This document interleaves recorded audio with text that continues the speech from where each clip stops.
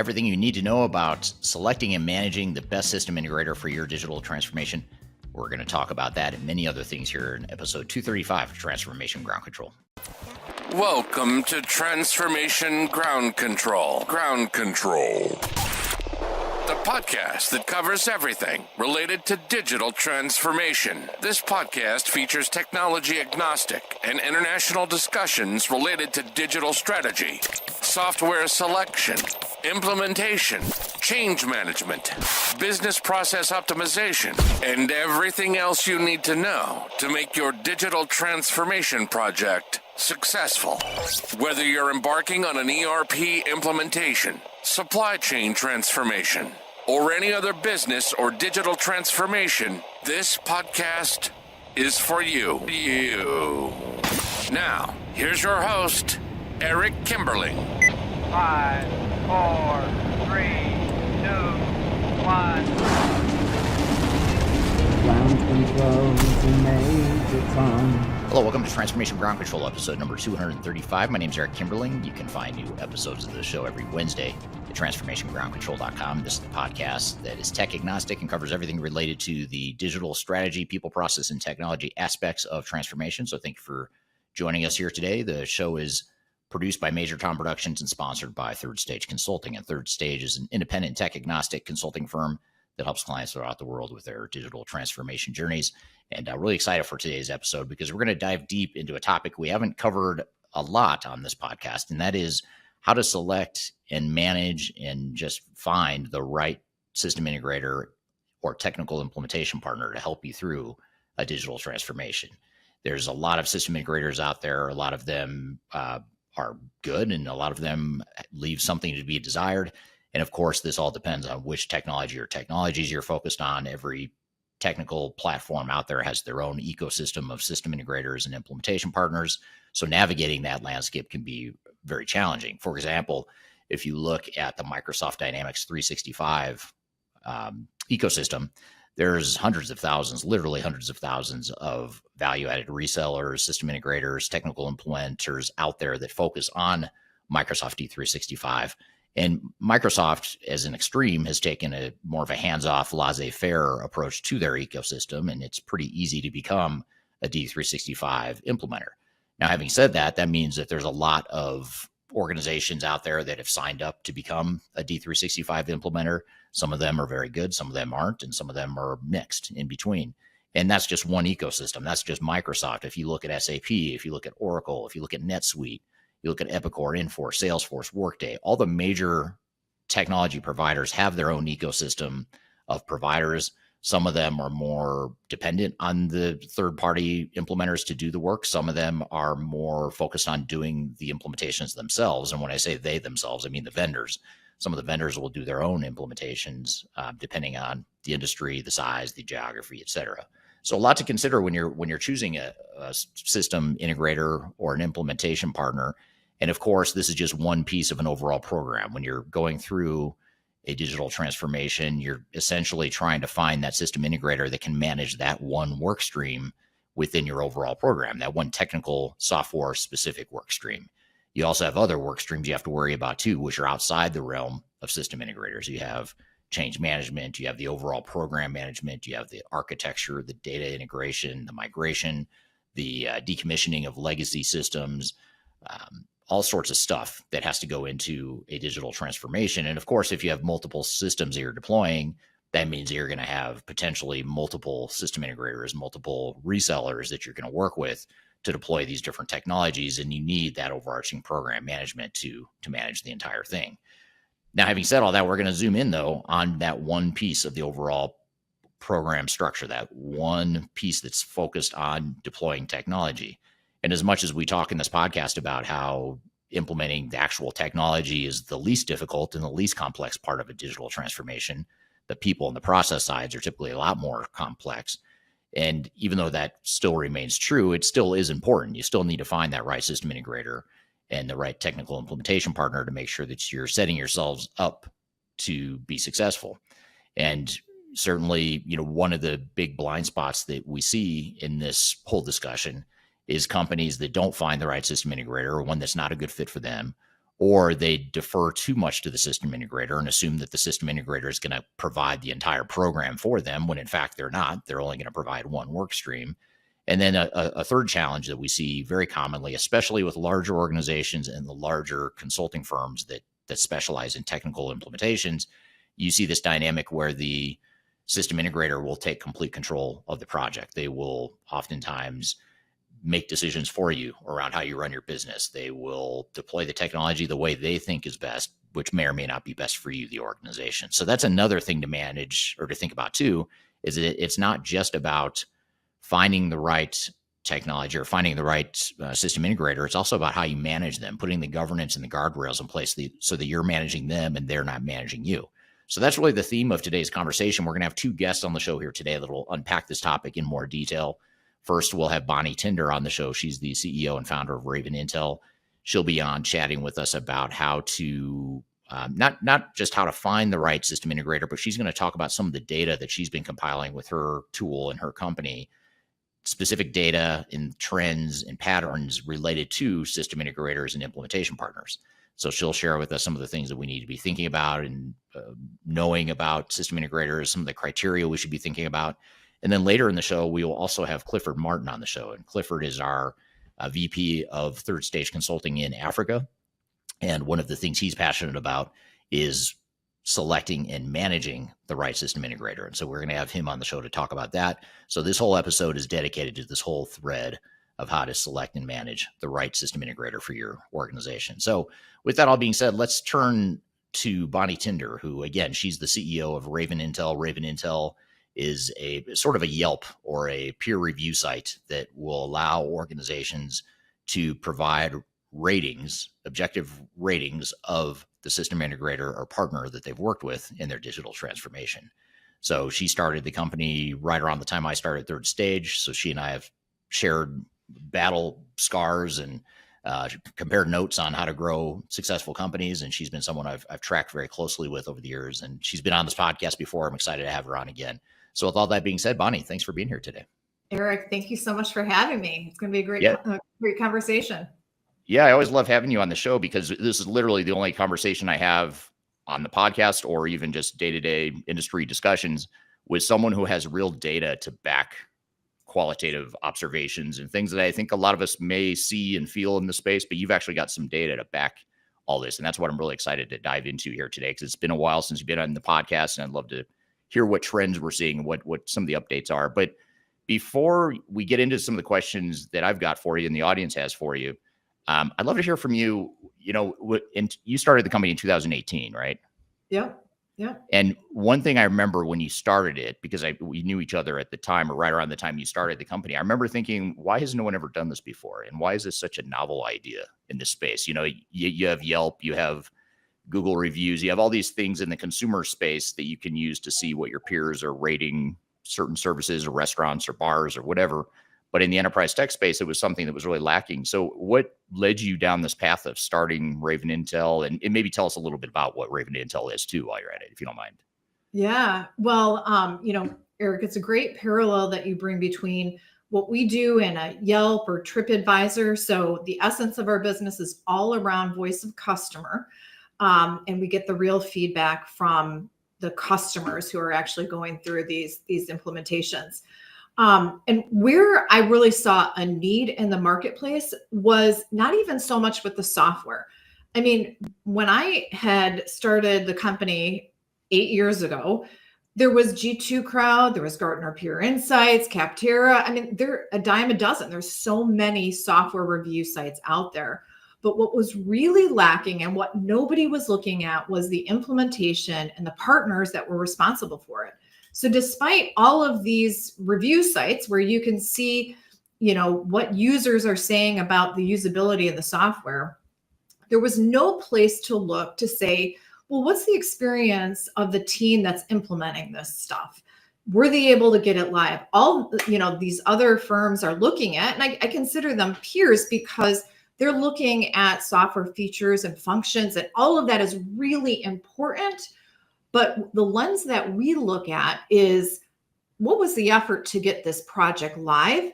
and the consulting partner who is helping you through that. And as you mentioned at the top of this broadcast, not all partners are created equal. And all the good software in the world does not matter a lick if you do not have the right partner helping and guiding you in the the transformation project. So that's really the need that I saw. That's what we built since 2018. Right now we have over 4,000 reviews of these projects, right? These are not small projects. These are transformation projects of everything from SAP to Oracle, Workday, and other major HCM systems. So UKG, Dayforce, et cetera. And, again, the lens that we look at and everything that we care about is voice of customer as it relates to the transformation success and the implementation of the software. So that's what makes us unique. That's why I started the company. And excited to talk about some of what we're hearing. And it's important to note too, and just to clarify for the audience here, that these aren't, this isn't sort of an open, it is an open review site, but I can't go on there as a system integrator. I can't go on there and self-assess myself. It's a vetted, you guys vet out and confirm and validate that it's an actual end customer that's writing the reviews, right? 1,000,000%. And we vet that it's not an AI generated review either. And that's where I think some of our other peers have really, with the volume that they're handling, oh my goodness, I can't imagine how they have to, parse out the bot created reviews. Cause that's a real concern in our industry. Yeah. Every single one of our 4,000 reviews. And I mean, every single one of them, we have the email address, the business email address of who wrote it.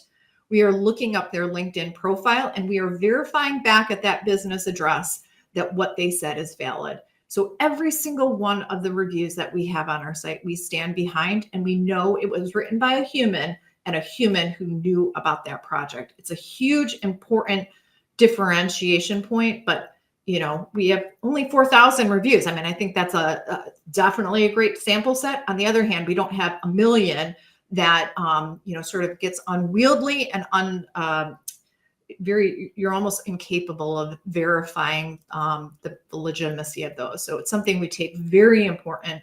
Our business is all about trust. Right. Now, before I jump in and start asking you about some of the trends you're seeing in the data as of late, I want to turn to the audience here real quickly and ask the audience a question here. This is not at all scientific. This is just a informal survey I wanted to get going here with in the chats. But I'd love to hear what your general experience has been with systems integrators. For those of you that have hired or worked with a system integrator in the past, is it A, great, B, terrible, or C, somewhere in between or mixed? And I know that's might be hard to answer that and as a broad generalization. It probably depends on which system integrator you're referring to. If you've worked with multiple, but love to hear your thoughts in the chat. So just drop that in the chat, A, B, or C on what your experience has been. And I also want to say hello to a few people in the audience before we get too far into this. Sam Graham joining from Spain, who I continue to be envious of in his semi-retirement living in Spain. Darian on LinkedIn says, good morning. Good morning, Darian. Demetrio says the right software pales in comparison to the right partner to drive the change and adoption work needed. It's very consistent with what you just said, Bonnie. Yep. And oftentimes technology is the least of your worries, when you're going through a project like this. So finding that right implementation partner, that right, that right person that not only understands the technology, but it can also bridge the gap between your business and what the software can do. Hello to Brian on YouTube joining from Dublin, Ireland. And then Sam Graham says they're very good at billing hours. So you didn't answer the question though, Sam. Is that A, B, or C on the survey? But you're right; they are very good at billing hours, and that's a point. Even though I think you might be saying that a bit tongue in cheek, Sam, that is a good point in that. Oftentimes, when you go through these projects, it's usually the system integrator is the only one that's ensured profitability and success. The implementing organization is not necessarily, and if there's any overruns or the risks of the project primarily fall on the end customer. So that's why it's so important to make sure you find that right partner. So I'll leave the question up here for a moment. Love to hear your thoughts on A, B, or C on your responses here.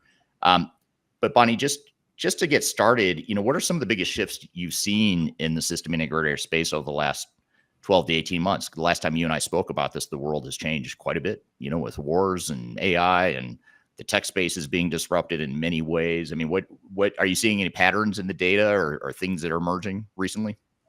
Yeah. Well, I think there is the ability to, create a higher velocity for projects because you are able through AI tools to handle things like documentation, and system requirements a lot faster. Fast doesn't necessarily equate to quality, but I think as more and more of these tools are being used within the project, it's helping to create faster communication and better documentation. Whereas things in the past, it was so difficult to get your scribe to, or your historian to document a project. Now with some of the AI tools, that has become a lot better. So that's a step in the right direction. I think it's also easier for firms to onboard new staff, and probably, provide a better aggregate set of onboarding materials for newer staff. What does that mean? That means that I think SIs are hiring or have the ability to hire younger people who can get up to speed faster. Does that mean that they're adding more people to their team as a result of some of these? I don't think that we're seeing that. And it's not like there's now tons of opportunity for young, unskilled workers within this group. However, it is faster to train and onboard employees or consultants based upon, using some of the tools, and the agents, et cetera, for training. So I would say that's a step in the right direction. Have we seen the cost of implementations decrease as a result of this? I haven't seen any evidence of that yet in our data. I think the cost of implementations continues to be,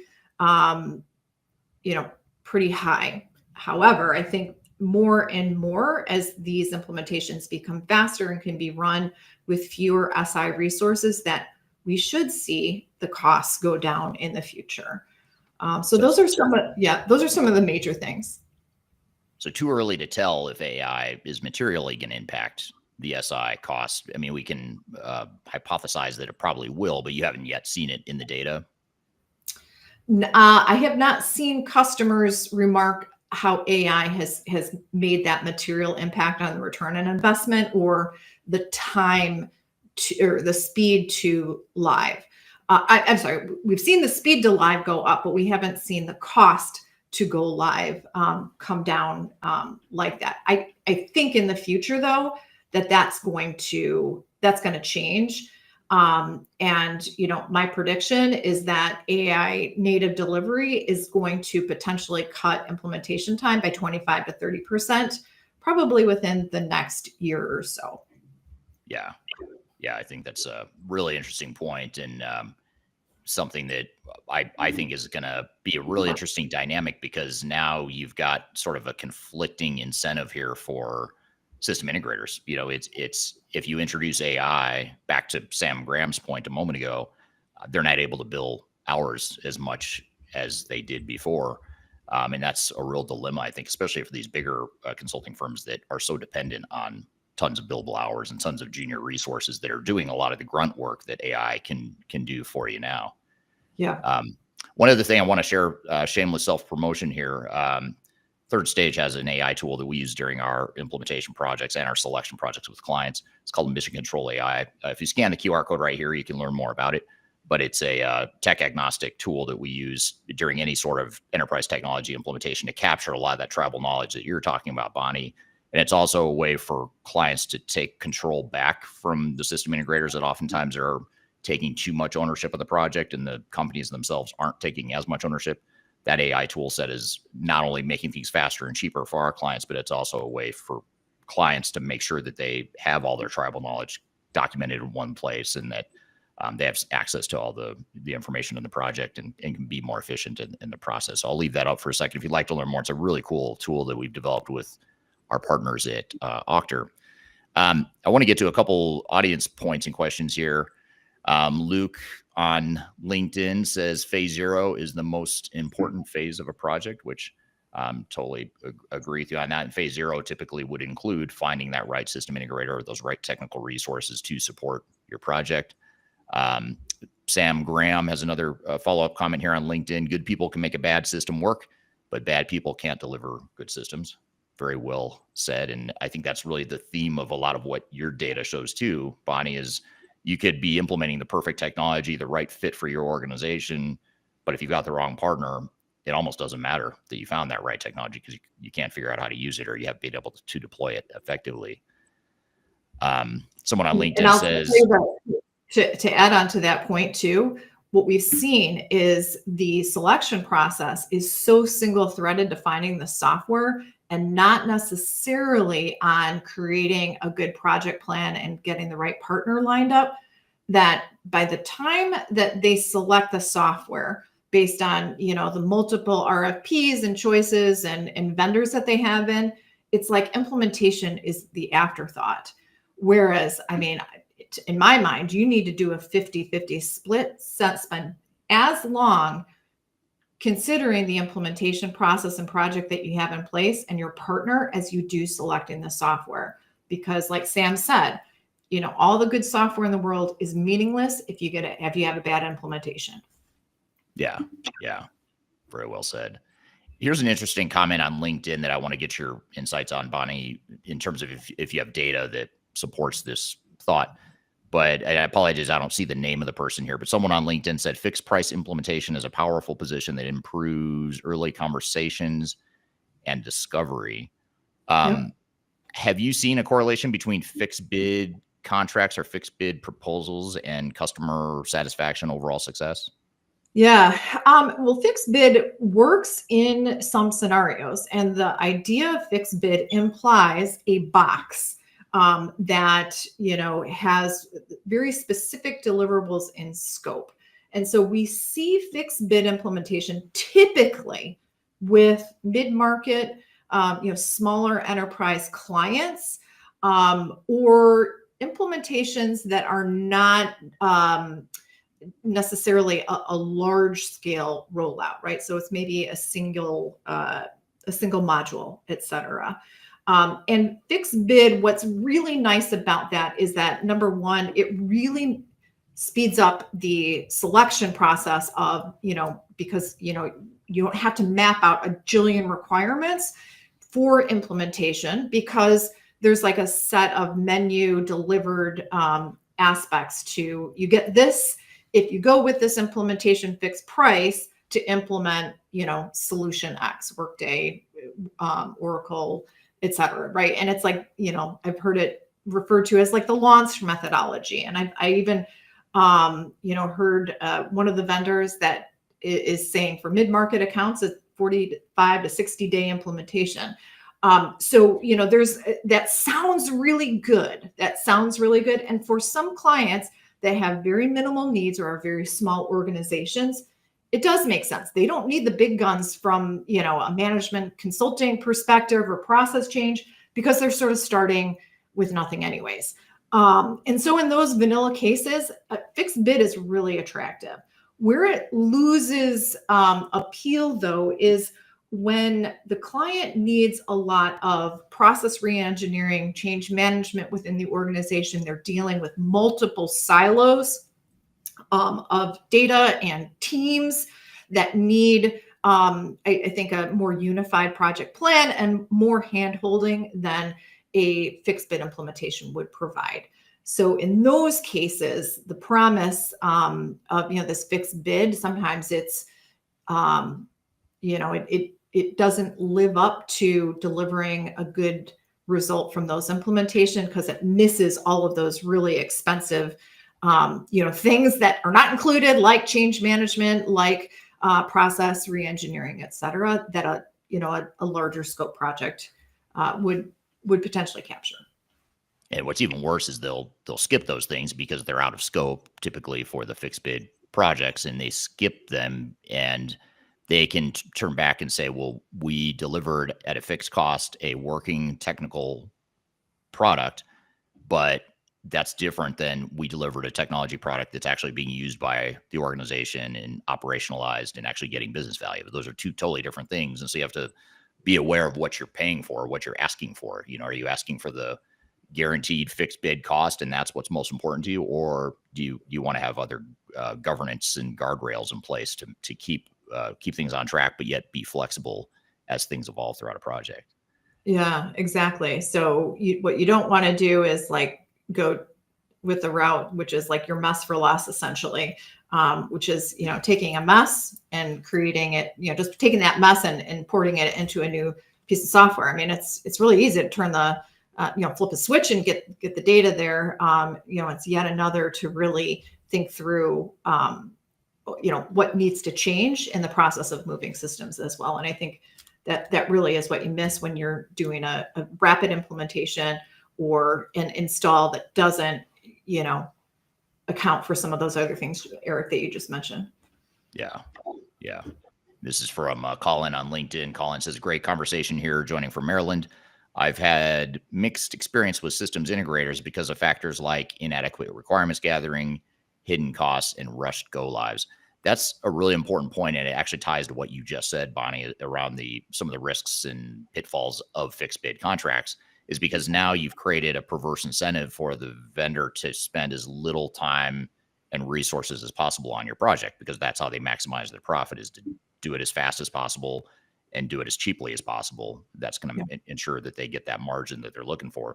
But that's not necessarily the right answer for you as an organization. So I think it's fixed bid contracts to me are sort of not a fallacy, but it creates a false perception, a false sense of security that, I've totally mitigated risk now because I've gotten my system integrator to agree to a fixed bid cost. You haven't really, in my opinion, you haven't really changed the risk profile at all. You've just changed the risk, what types of risk you're dealing with. You just shifted it from one risk bucket to another. So you can't just assume that that's going to solve your problems, because it actually just creates new problems. And if you go with this, cheapest quote, many times that vendor knows exactly that they're going to make up the difference in change orders down the road. And that's one of the things that we ask on every single one of our reviews is, was the project properly scoped, or did you have some change orders or significant change orders? And I will tell you that about 40%, so 4 out of 10 projects have some or significant change orders. Does the customer always blame the SI for that? And is there a rampant, bait and switch going on? Not necessarily. Some partners, I would say yes. However, it is a lot of times that the customer said, we got involved with the project and we thought we knew what we wanted. However, we had changes internally, our leadership changed. All of a sudden, we added something new to the project that we didn't have on the table previously. So, there's a level of, you're going to encounter, likely encounter some change orders. However, if you're going with an SI that has a track record of underscoping and, over change ordering, you're going to be able to see that in the data and the reviews from other clients. So look them up on ravenintel.com and you're going to see the worst offenders. Yeah. Well, speaking of best and worst offenders, let's start with the best offenders. Based on your data, who are some of the consistent top performers in the system integrator and consulting world, and what is it that makes them stand out in your data sets? Yeah. Well, there's some themes with top performers. Number one, in general, they are rating either a 9 or a 10 in satisfaction on every project. Does that mean that the client always rates the software vendor or the software project itself a 9 or 10? No. However, it means that they are rating the partner themselves and the consulting team that gets brought in either a 9 or a 10 on almost every single project, despite the challenges with it, right? So the top 10% of our SIs rate a 9.3 out of 10 average, as well as they have over 50 reviews, because they are consistently asking for feedback from their customers and are looking for that level of transparency and are very proud to put their clients in a position where they're giving public reviews on projects. That is a huge statement. When you have a client or an SI who is saying, we have delivered a high rate of customer success, how can you really prove that except with, the slides that the guys, in business development put up during the sales process? Well, it's easy to see those trends if they have public reviews, sort of like a restaurant out on Raven Intel, right? So the best firms are running to getting reviewed and are also consistently getting, high marks from clients as well. What are the traits? Governance first. So they bring in a strong PMO and clear escalation paths. So they're really good in the responsiveness category, and they're really good in the quality of consultants category. They're rating a 5 out of 5 or a 4.75 out of 5 in general. So governance first. Number 2, bringing in the right people and the right fit. 90% of projects that are staffed with experienced certified consultants from start to finish and who do not churn during the project life cycle are the happiest. The big issue we see is when the project team changes some or multiple times. So we ask the question, did your team change some of the time, many times, or did they stay intact? We can almost correlate to 1-to-1. When the team has significant turnover, I guarantee that overall satisfaction and success of the project is going to be low too. So you want to keep the team intact, and you want to go with somebody who has a track record of not, we're going to send in our A players for, months 1 through 3. And then all of a sudden we're going to swap them out with the offshore resources or, the JV team, once it's going to be too hard for you to disentangle yourself from us. So you do not want the churn on a project. You want to almost to a contract level say, this is the team that we were assigned. If there's a change on this team, you guys are paying us extra or something. Again, there's different ways to do that. And Eric, you have lots of great attorneys that you work with, helping with contractual agreements and things like that. But getting that team structure assigned in the contract itself or statement of work is a really big deal. And finally, they have change management embedded in the process. So not only are they looking to, flip on the light switch and get them live, but there is training and adoption planned in parallel with the build of the plan. So you want to make sure that that's accounted for in the course of the project. Those are always the project with change management, as part of an integral part of that project plan, is important. So the quote that I came up with for this area, leaders don't get you just live, they get you adopted. And in 2025, adoption is the real measure of success. It's not, did you switch systems? It's, well, is that system delivering the value you thought it would during the sales process? And those are the best. I can name some of them, just off the bat, people who are, or firms that are delivering like consistently well. Right? In the UKG ecosystem, we have H Architect, we have Cibility, we have RSM, we have Ascend, we have Hybridge. We have within the SAP ecosystem, we have folks like Rising and Jigsaw Cloud and Talent Team. We have other groups in one of the other ecosystems that we have as well. But those are like literally off the top of my head, where I can go down and look in the detail of what clients are saying and tell you without any hesitation, they're consistently delivering good work. And you want to find that partner who's a good fit for you, but also has the proof from customer results that what they're saying is true as well. Yeah. It's crazy to me that you have to call out learning and adoption. Like you're saying that the top performers have learning and adoption embedded in their plan. And to me, my knee-jerk reaction to that was, why wouldn't you have that? Like, I'm shocked that are there a significant number of SIs that you see that maybe aren't scoring as high because they're not doing that sort of stuff? Well, I think that, back to our conversation about fixed bid implementations, or, the implementations that are, whittled back to only include the must haves, right? Change management, is in there. Sometimes that's an easy one to cut because customers think, oh, we'll handle that on our side. We have good, change processes internally. We got that, and we don't have to spend a bulk of the implementation dollars on this, because it's not like a hard cost, so to speak.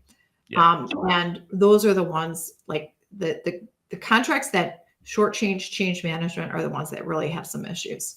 Eric, the other area of training, it's not that they don't have it, but it's like a check the box sort of training. Like, oh, we have a help menu. That's training, right? I mean, or like we sent out recorded webinars on this. Like there's many degrees of training. True. It might be training light, where, hey, we've got boilerplate generic training materials. We'll give them to you, Mr. or Mrs. Client. You go train your end users, and that's a lot easier said than done. And to your point about change management, I think a lot of companies think, how hard can it be? I mean, we're all excited for this new system. It's not going to be hard. But then, you get halfway through the project, you realize, oh, actually, it is very difficult, especially because these tools are so robust now that our jobs are going to be entirely disrupted with AI and other types of tools. Yeah. I'm here with Bonnie Tinder, and we're talking about some of the trends and the state of the union of system integrators across multiple platforms. We're going to continue the conversation, but first we're going to take a quick break. We'll be back with more Transformation Ground Control.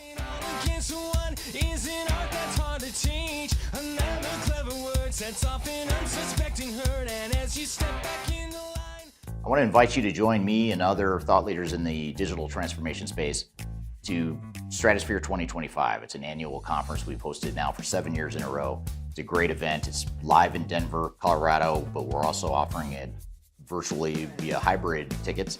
And we're going to have a lot of different speakers here, including myself as a keynote, as well as others that you may know from the industry. And this is a perfect conference if you're interested in any sort of digital transformation, including ERP and CRM and HCM.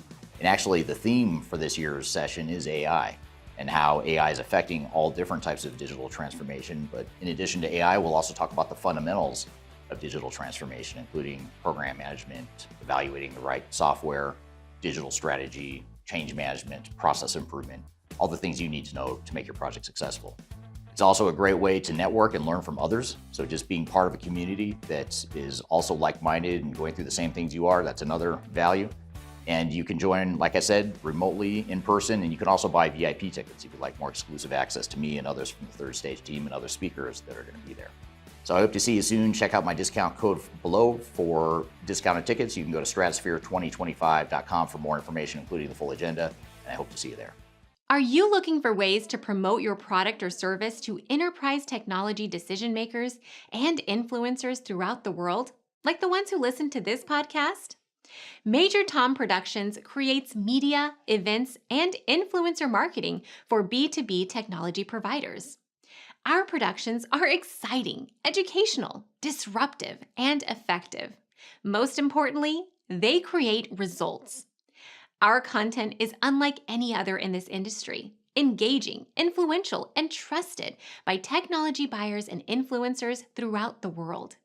Each month, our productions reach hundreds of thousands of targeted buyers and decision makers who trust and engage with our honest and tech-agnostic content. With long-tail viral results and engagement with our content, Major Tom Productions provides a way to reach your target market and create awareness, calls to action, and a connection with potential customers. So collaborate with us today. Learn how we can feature your product or service on podcasts such as Transformation Ground Control, Journey to S/4HANA, and Journey to Dynamics 365. We can also feature your brand on our YouTube channel called Digital Transformation with Eric Kimberling, which boasts over 100,000 subscribers and over 2 million video views per year. You can also participate in our in-person events, including our Digital Stratosphere Conference. Contact us today to learn more. We can tailor a marketing campaign that works for you. We look forward to helping more people learn more about and become engaged with your brand.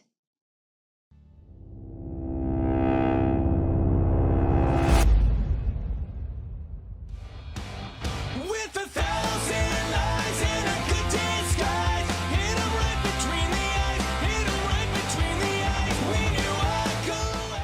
Hello, welcome back to Transformation Ground Control, episode number 235. My name is Eric Kimberling. You can find new episodes of this show every Wednesday by going to transformationgroundcontrol.com. This is the tech agnostic podcast that covers everything related to digital transformation. And today we're talking about system integrators and what some of the data is showing about people's experience with working with system integrators. We're here with Bonnie Tinder having that exact conversation right now. Let's jump back into the conversation. This is a really long question. It's a 4-part question. So I'm going to try and summarize this. And this is from John Belden on LinkedIn. For those that don't know John, he's with a company called Upper Edge, and they help, part of what they do is they help clients negotiate with, so you know John. Yeah, if you don't know John, follow him on LinkedIn. Their company, he's a great guy, really well known in the space, and their company is as well.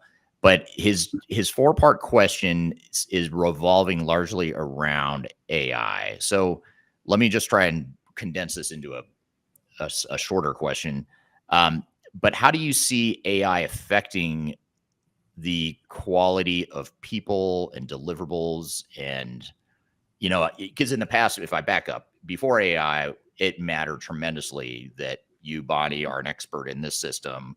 You know how it works inside and out. That's why I'm hiring you, because you can come in and you can help do all the stuff that I can't internally.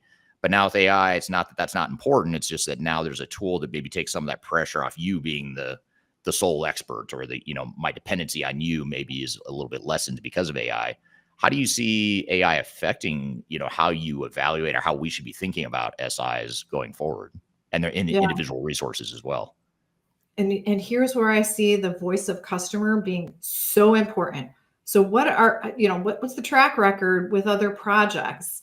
And if you cannot find any other evidence of that would show the quality of consultants from other similar projects, then that's going to be a really tough one to verify. So John, how do you vet the fact that you're getting a really senior consultant on your project who has who really brings the expertise to the table and is not just some facade held up by a good generative AI who sounds good?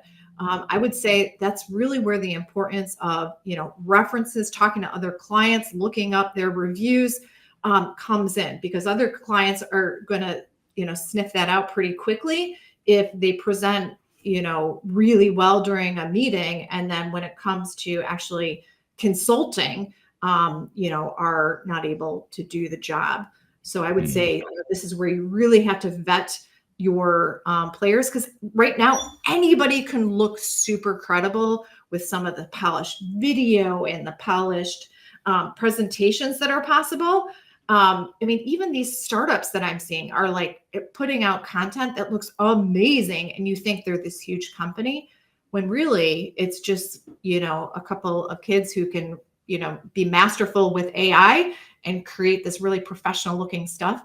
And when you get down to it, it's like they had, 2 customers and they're still an MVP. So all of this to say, John, I think the idea of getting qualified references who are like you or like the customer, that will verify the fact that, the skill and the quality is legit is absolute paramount.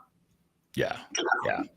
Now, what about customer expectations around AI? I was reading an article a few weeks ago about, I think it was in the UK, and I might have mentioned this when I was on your podcast a few months ago, this same article, because it came out right around the time you had me on your podcast.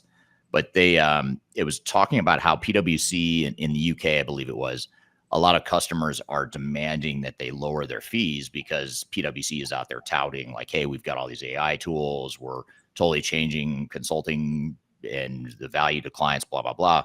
But then the customers weren't seeing any material changes to the effort and scope and cost and all that stuff. So they were basically coming back to PwC and saying, hey, if you're saving all this time and money for yourselves, you should be passing that on to us.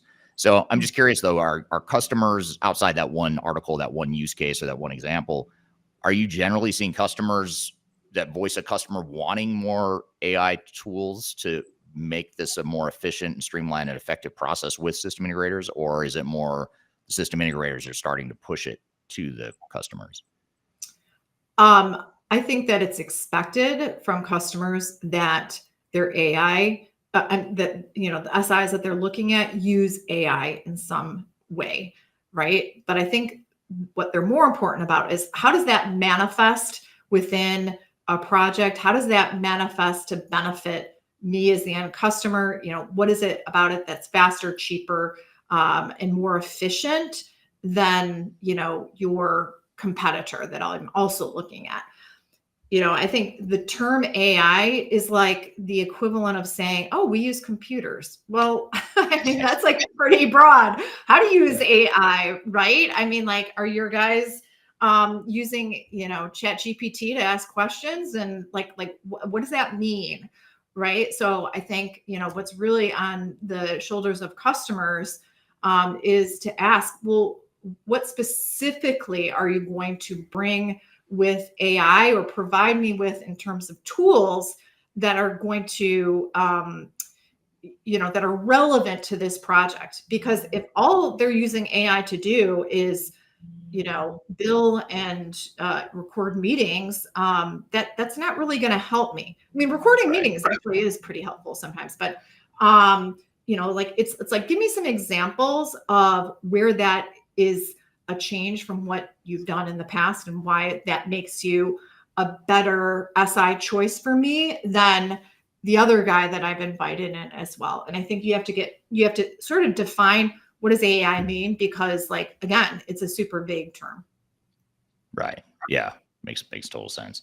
Now, what about looking at red flags? What are some of the most common red flags you see in customer feedback that organizations should look out for before hiring a partner? You mentioned some of the risks of fixed bid. You talked about maybe underscoping or ignoring change management, training, enablement. What else? Are there other red flags that you commonly see in the data? Yeah. So bait and switch staffing, we talked a little bit about this before, but that churn on a project team is really painful. So the senior, you know, varsity team comes in the beginning of the project, and then you got JV post contract. So you want to make sure that there are no signs of the project churn or significant project churn from an SI. And so back to, how do you guard against that? You know, get in your statement of work the team that is going to be assigned, and put, you know, repercussions that churns.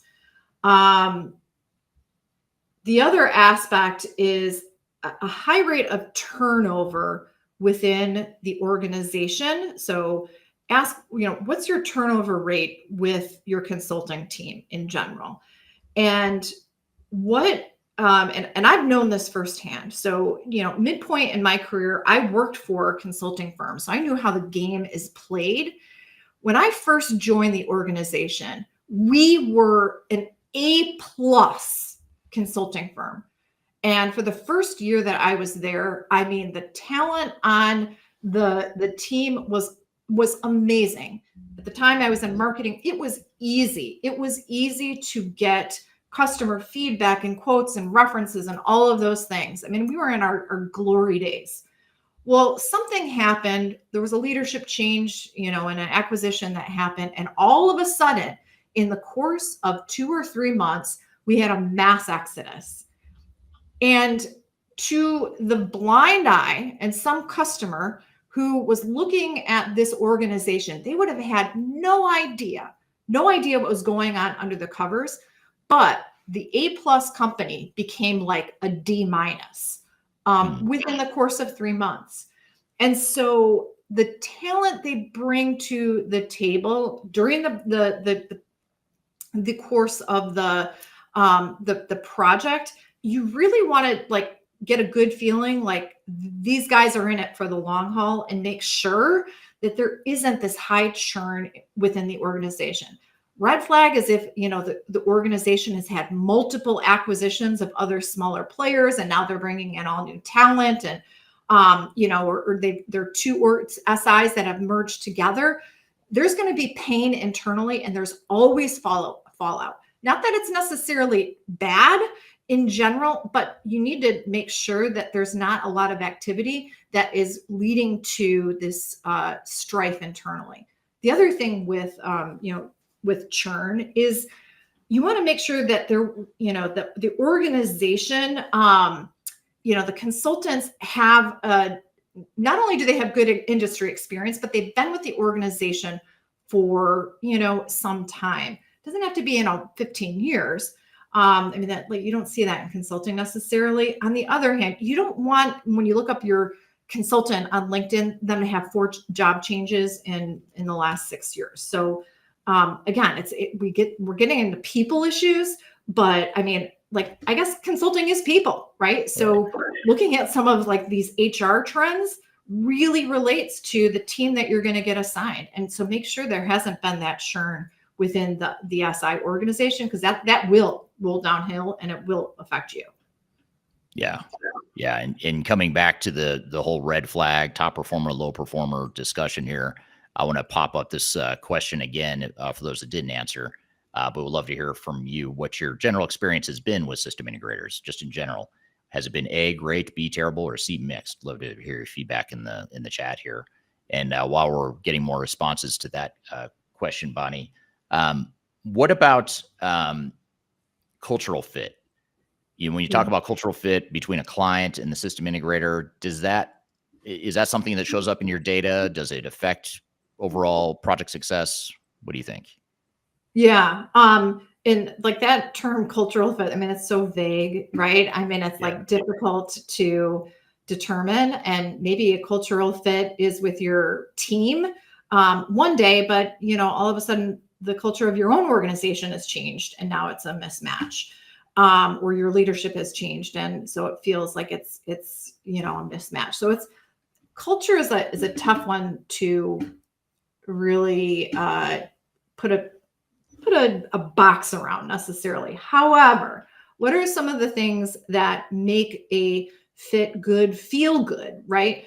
It is about the team that is assembled from their side of things, and and that there are people on that team that you feel, hey, these guys could be an extension of our team. They operate like us. They have good, general skill, follow-up hygiene, right? They're responsive.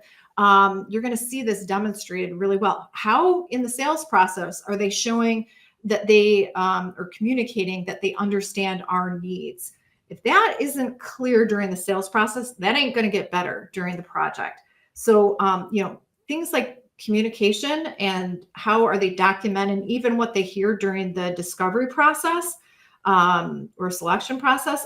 That's like a really good leading indicator of what's going to be like. I would say that some of the best projects we see are the ones that actually name the consultant that worked on the project. And so the ones that have an actual person's name on them are usually rated a 9 or a 10, because they want that person to get recognized internally within their own SI organization as really been a champion for the client. So again, back to our people issues, it's, who is this team that you're putting in front of me? Not necessarily the brand, right? Because we see better success with some of these smaller independent firms than we do the big 6. By 2 points in implementation, right? So some of the smaller, SI firms are really providing such a better overall experience for clients than some of the big 6 are, in so many cases. Yeah, very interesting.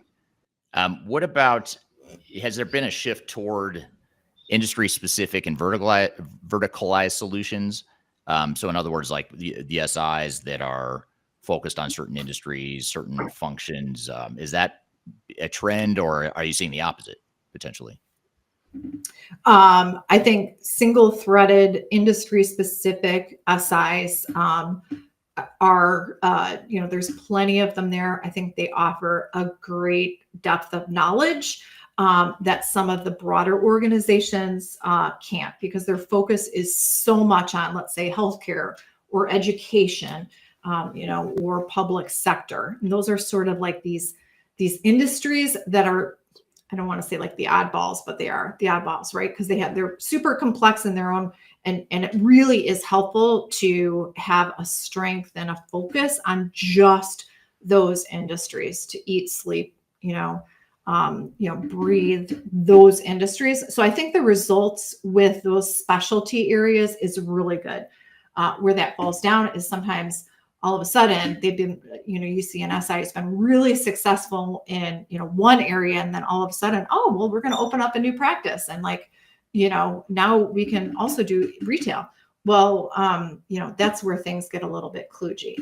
With that said, I think there are organizations, if you can get an organization to provide you with very specific references by industry or geo, those are like sort of indicators in terms of what is the experience rate with somebody like me. So it's not enough to just get a reference from, if you're in retail and they're giving you a reference in manufacturing, let's say, you want another client who deals with, a retail workforce to provide that feedback, or, some of the ramifications of supply chain management, or, those sort of issues. If you're in manufacturing, that the retail guys are not necessarily going to know. So, right.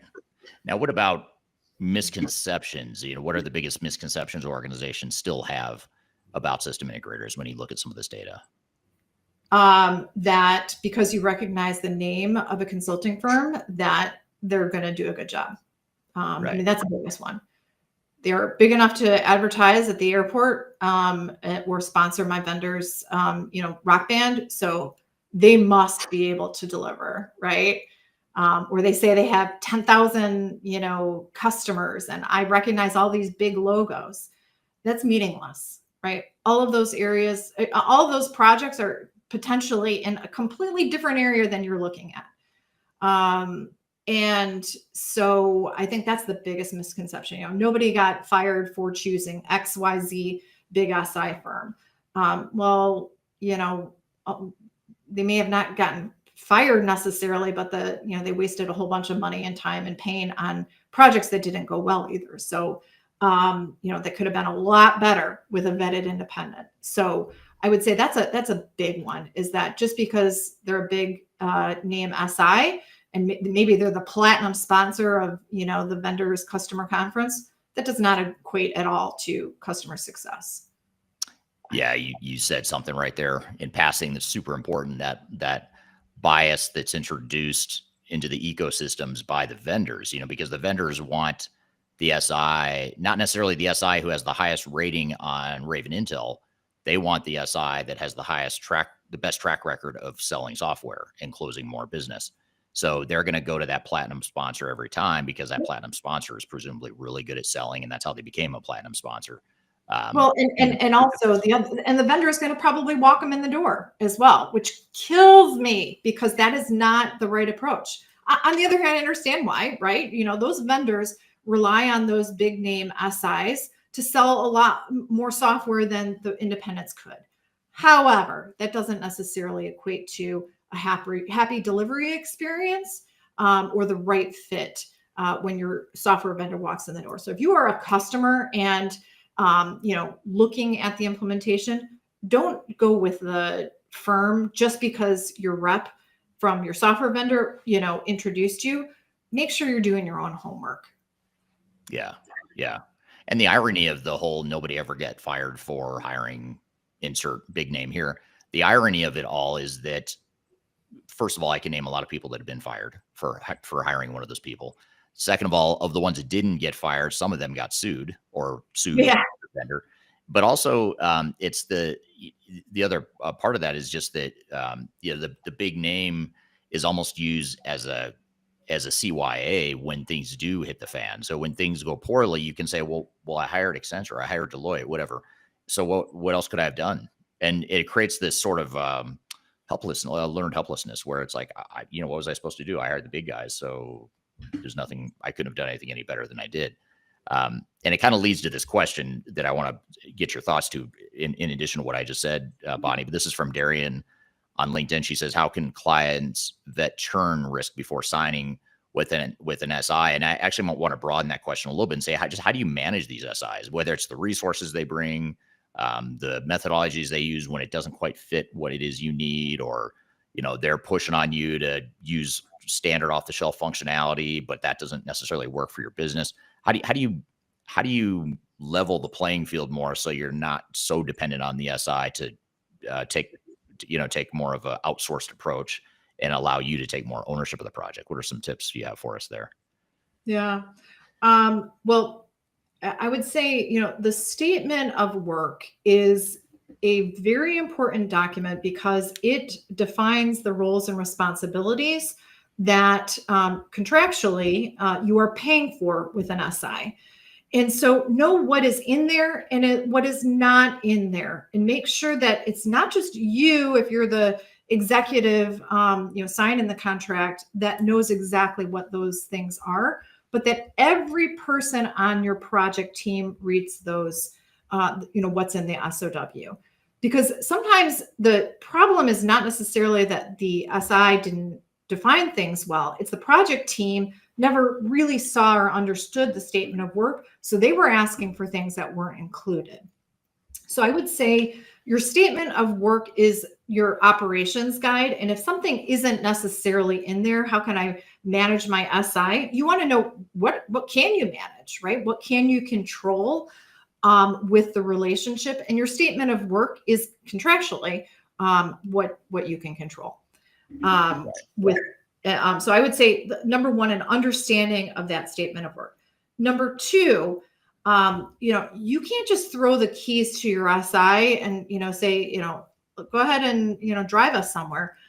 You have to be the passenger coach, navigating as well, right? So whoever gets assigned from your team needs to be as solid of a team leader as the team or the guys that you hire. So if you put a B player managing the project, you're going to get B results, right? Even if you hire the A player. So internally, you got to have your A team managing the project as well. You can't give it to, the folks who have time because they're not really proficient at their jobs. So, sometimes you got to line up your A resources internally at the same time as you got your A game with your SI going too.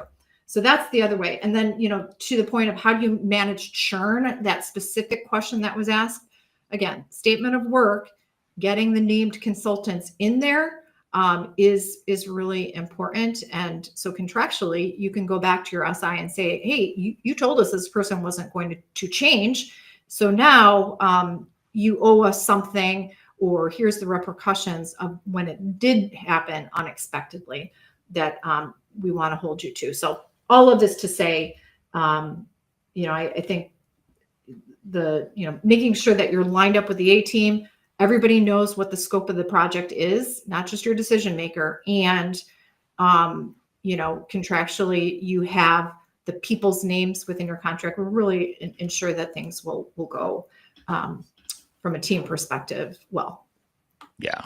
Yeah. Oh, I love the car analogy about how you wouldn't just hand the keys and say, take me to the beach without being more specific about, what kind of beach and where and how do you want to get there. I think you need to be, as the co-driver, you need to be a lot like my wife. She's very opinionated. She has a very strong vision of how I should be driving, which direction I should go, what speed I should go, whether I ride people's asses or not on the highway. She has very strong opinions about that stuff. And kidding aside, though, you kind of need to be that way for managing your SI. You don't want them just blindly guiding you down the path. Well, and she needs to make sure that your kids are in the back of the car as well, not left at home. So a 1,000,000%, a lot of parallels there. She's also going to tell you where to park. Exactly. And that I'm too close to the line and that I should do it over again. But this isn't marital therapy here. This is right. We're talking about this. I've lost track of what topic we're talking about here. So if you give one piece of advice to organizations selecting a technology implementer here in 2025, what would it be? What would that one takeaway be that you think is most important? Trust but verify. So Do your homework on who you are getting lined up to guide you on your way. It's so important. But don't take what they are telling you at face value only, or don't just check one or two references. Really get behind the scenes in terms of asking the hard questions and getting the proof from other clients who have gone through it.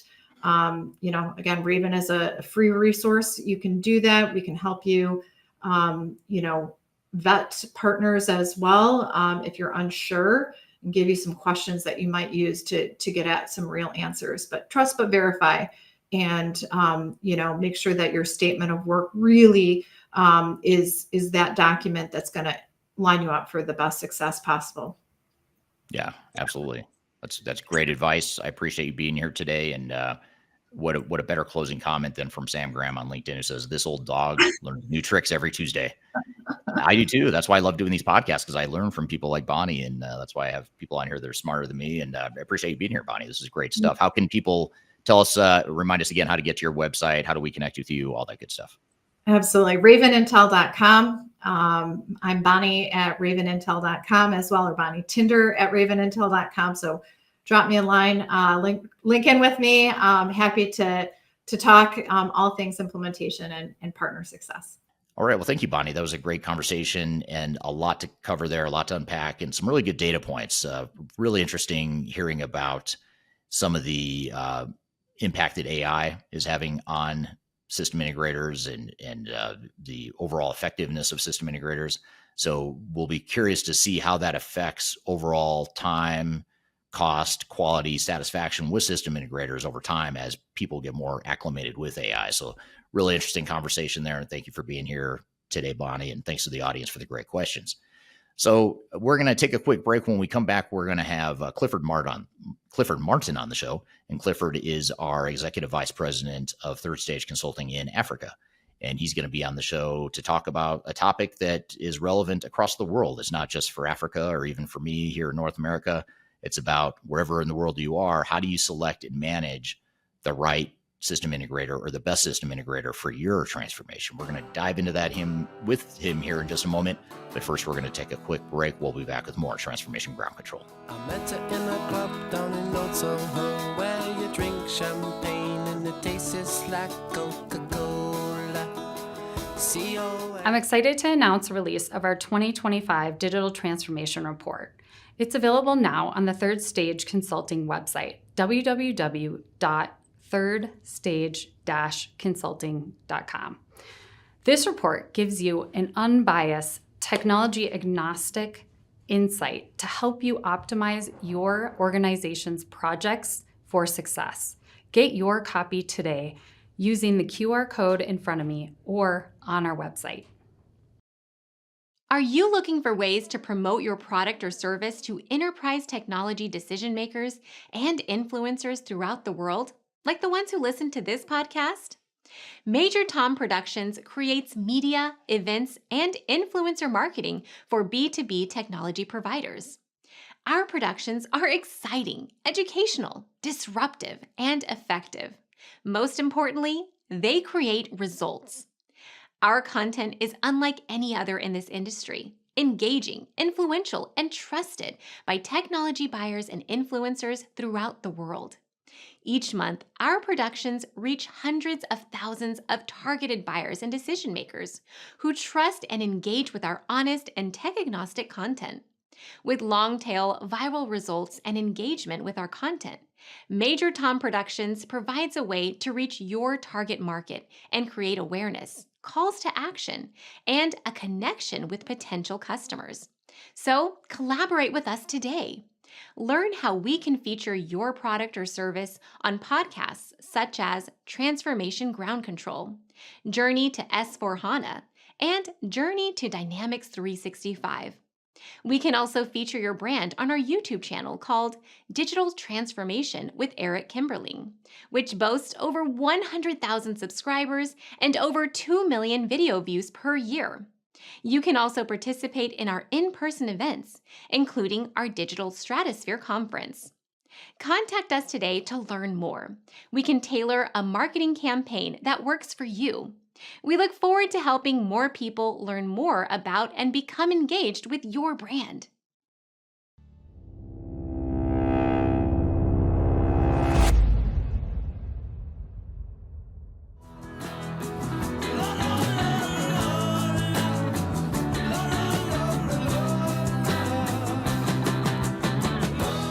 Hello and welcome back to Transformation Ground Control, episode number 235. My name is Eric Kimberling. You can find new episodes of this show every Wednesday by going to transformationgroundcontrol.com.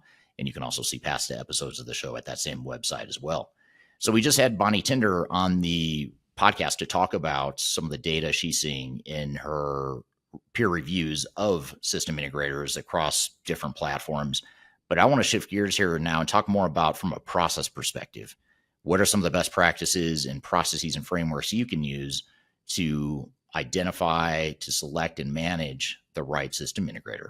And if you'd like a supplementary piece of information or a supplementary ebook to go with this conversation, I highly encourage you to download our guide to selecting and managing the right system integrator. You can find that for free on our website. I'll include a QR code right here. You can also scan the links below to get to our website to where you can download that. But it's a guide that you can take with you, share with your team members to give you some criteria, some practical frameworks for how to select and manage a system integrator for your organization. But in the meantime, we want to have Clifford Martin on the show, or we actually had him on the show a couple of years ago to talk about this topic. And I want to replay the clip because it's a nice complementary counterpoint, not a counterpoint, but addition to what Bonnie was just talking about a few moments ago when we talked about some of the trends and patterns in the data that she's seeing in her reviews or the peer reviews that she's seeing on Raven Intel as it relates to system integrators.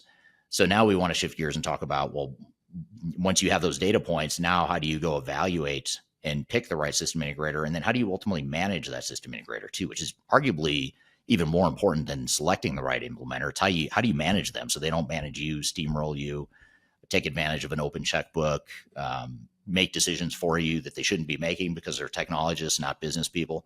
So all those sorts of things are the parameters that we want to talk about here with Clifford. So let's roll this interview where I talked with Clifford on this podcast about the same topic before, and we'll come back and talk about it. Then a very quick intro for myself. I'm an ex-CIO. I left the corporate world probably 12, 13 years ago. I did have responsibility for multiple ERP implementations during that time. And post my career in the corporate world, spent a number of years with various consulting houses from Ernst & Young to KPMG to Gartner. And last year joined Third Stage, and it's been an exciting journey. So great to be here. Yeah, absolutely. And glad to have you here today. And I think this will be a fun topic to talk about. It's a very timely and relevant topic. It's certainly relevant to most organizations that go through implementations, and we'll dive into that here in just a second. But I think you and I have a fairly unique perspective in that we both came from sort of the dark side, if you will. We both worked at the big system integrators. We know how they work. We know sort of the inner workings of what happens there. And so what I wanted to do is talk today about some of the challenges of managing your system integrator, how to hold them accountable, how to ensure your project is successful, which, by the way, a bit of a spoiler alert, your system integrator is not responsible for your success. Typically, you as the implementing organization are. So what is it you can do to ensure that you achieve that success? That's sort of what we'll talk about today. But before I jump into that, and I certainly, by the way, at any questions you have, please drop those in the chat as we're going here today. I've got a list of questions I want to ask, but I'd rather take audience questions. So I'll get us started, but any questions you all have, please feel free to chime in and drop them in the chat here, and we'll get to those questions. But I guess just to start, Clifford, throughout Africa, just like other parts of the world, and you're based in Africa, but I think you and I both have more of a global view of just how these sorts of projects and massive transformations work. But whether it's Africa or any other part of the world, there's a number of failures that are caused or can be directly linked back to a failure to provide oversight and management of the system integrator. What are some examples of those sorts of failure points, or maybe just help us unpack a little bit? What are some of the risks or challenges that are inherent in these sorts of relationships between organization and their system integrator that oftentimes leads to failure? What are some examples, or some of those higher priority examples that come to mind? Yeah, so thank you for that question, Eric. So I think, inherently, we're in an industry that is focused on, I think, primarily two things: selling software and installing software. And often the misalignment in expectations, I feel, between the industry that we operate in and the client's own expectations. And I deliberately use the word software installation. And perhaps I'm being a little bit harsh to their size, but essentially that is what they do.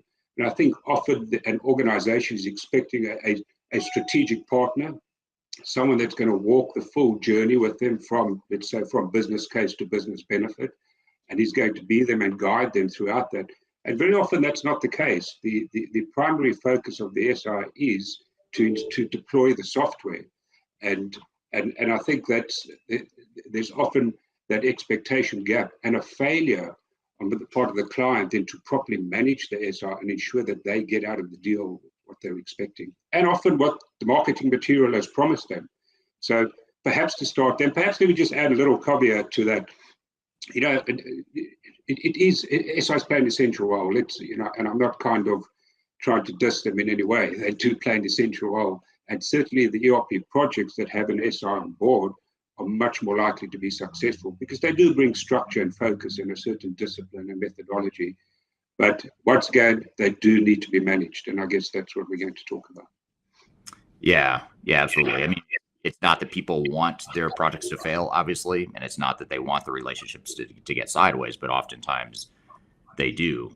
Why do you think that is? I mean, what are some of the, just in your experience, what are some of the root causes of why you think organizations struggle so much with that relationship and managing those system integrators, holding them accountable, and really extracting the value they bring to the table, but not letting it get out of hand or go off the rails? What are some of the reasons for that?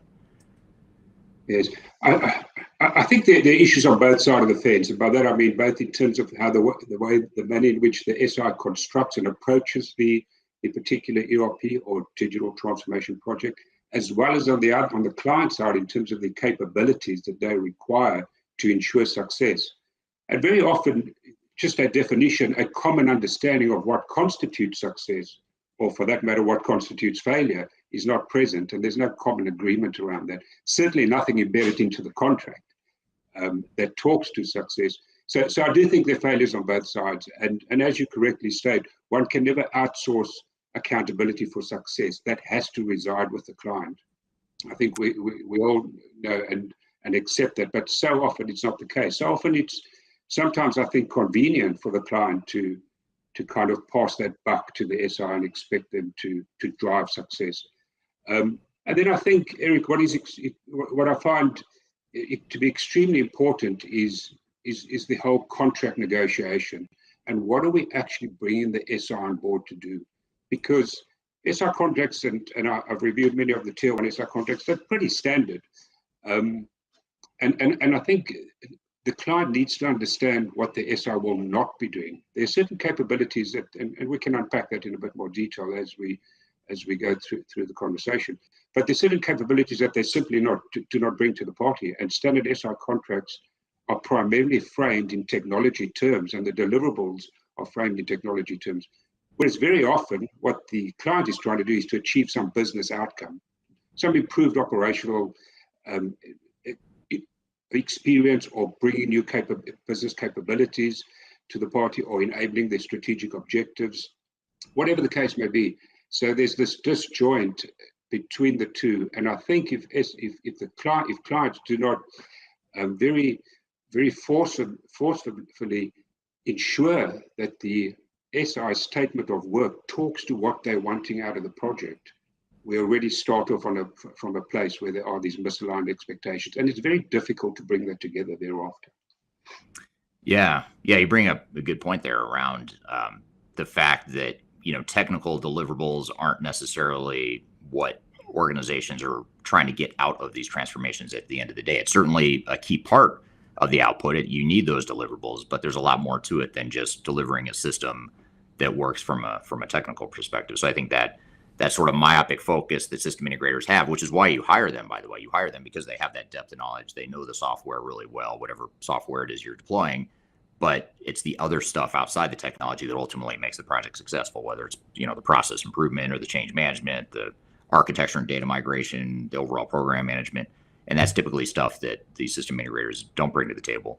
It also seems like that a lot of times, tell me if you agree with this or if you have thoughts on this, but it seems like also there's a sort of two other dynamics at play when organizations are managing their system integrators. First of all, the organizations typically aren't experts in whatever sort of deployment you're doing or any sort of digital transformation, which is why they've hired the system integrators. So there's on one hand, you can understand why you hire the system integrators. They're there to sort of fill the competency gap that you don't have internally.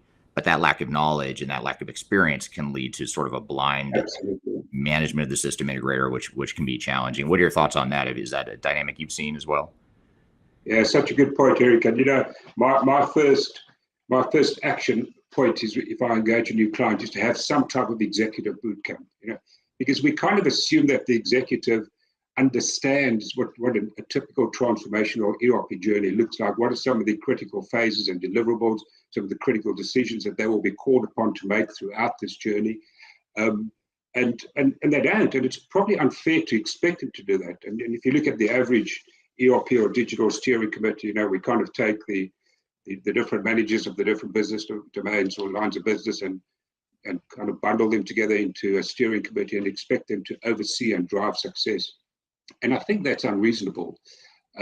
So one has to ensure that the executive is educated on their oversight role. And let me also say that, how we define these ERP transformational journeys, the default from their side is going to be to define it as primarily a software installation or a technology project at the very least. And I think the executive's role is to take a full life cycle perspective on this and look beyond. Deployment of the solution is not success. It's, as you correctly say, it's an enabler. So we now have the enabling technology in place, but exactly how we're going to leverage that in support of the business objectives is something that the executive need to play in long after the SIs popped the champagne cork, declared victory, and moved on to the next project. So I think executive education and ensuring that they stay in the game is extremely important. Yeah, absolutely. And you need to know, it's not that you or I would suggest that an organization needs to become an expert in digital transformation before they embark on one, because that doesn't make sense and that's not realistic. But you need to educate yourself enough to know, at least enough to know what kind of questions to ask, how to push back or challenge assumptions that SIs might have. They've got their cookie cutter boilerplate approach that may or may not fit with your needs. And ultimately, it's up to you to say, hey, these parts of your methodology or your approach works, but here's what we think we need to do to modify to fit our situation. And that could be, cultural nuances. If you're a risk adverse organization, for example, and you just move slowly as an organization, you can't just come in and force fit a fast deployment. You've got to sort of right size it for your organization, just as one example. So I think just knowing enough about these implementations, being self-aware to know how we can kind of meld these two competencies together, our own internal competencies with the system integrators. I think that's a big, an important point as well. Yeah. And perhaps I can add to that in terms of if we're talking about capabilities within the client organization. One often finds vendor management to be quite poor, or at least not at a mature level where they can effectively manage the SI and hold them to account. And just having that kind of level of professional skepticism, you talk about pushback, absolutely. Because we do know that the SI part of their agenda is going to be to drive additional revenue, often through change requests or customizations or additional functionality. So having that professional skepticism to push back and ask, is this really necessary? Is this within the scope? What are the implications of this? Is it priority? Can we do it post-deployment? Is extremely important. And then the vendor management, I think is, and let me add to that as well, a third capability, program management, especially when there are multiple SIs involved or multiple projects within a broader program. It's so important that the client organization has a mature program management capability, typical a PMO office, in order to pull that all together and orchestrate it and drive the integration and ensure that there's at least a common approach, common methodologies towards a common integrated goal.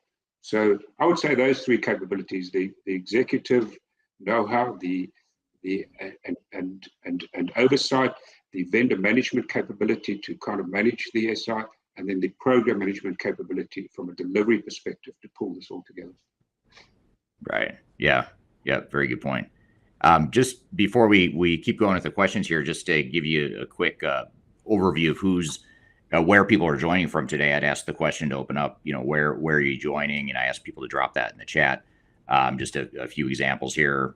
We have someone here from Florida State University in Florida. We've got someone from North Carolina.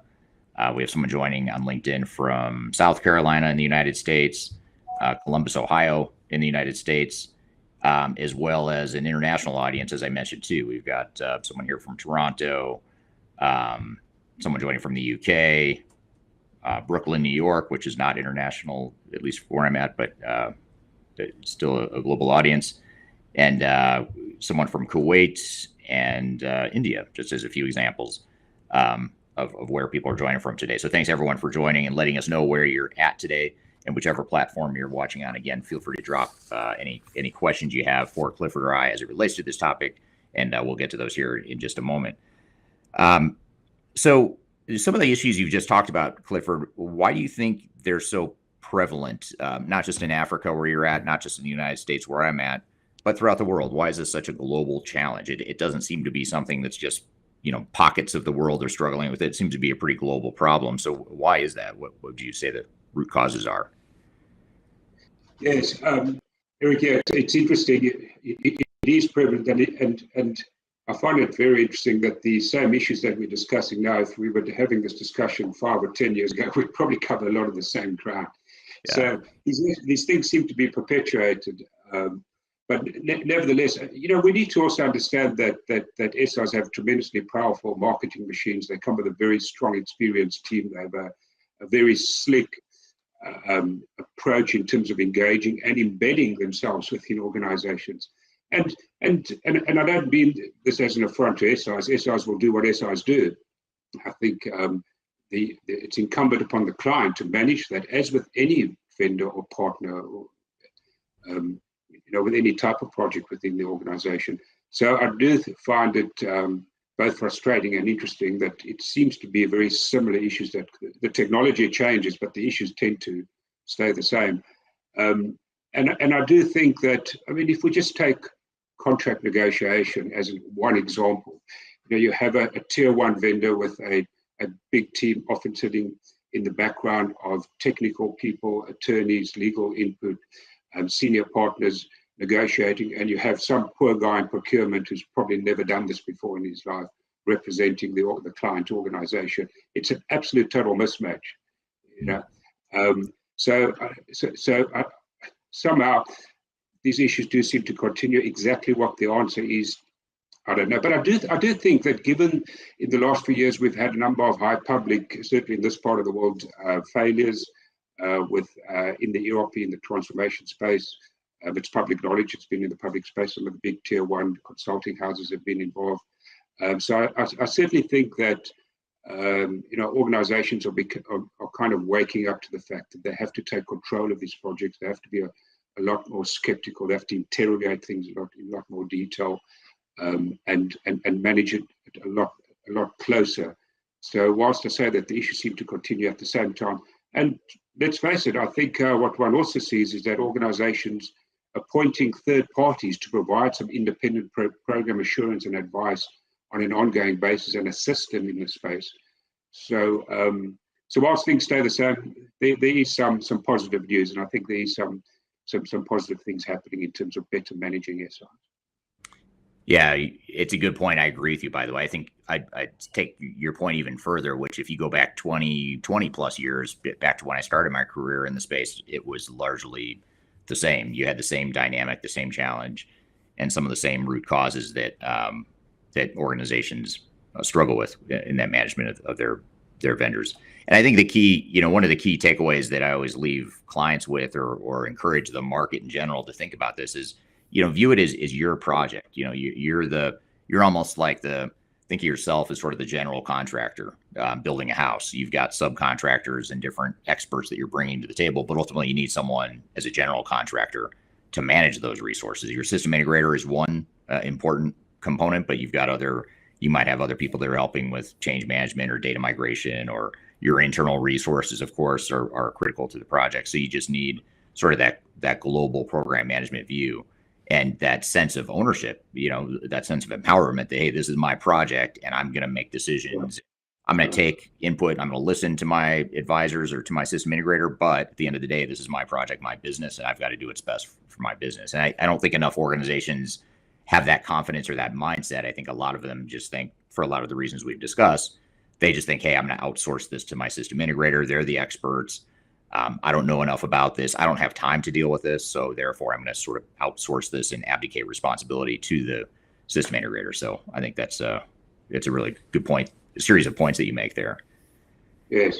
And I think, Eric, continuing on that conversation topic, what one has seen, in my view, is that we have at least seen a shift from IT departments or IT organizations within the enterprise managing, almost solely and exclusively managing these projects, to a greater involvement from the business side.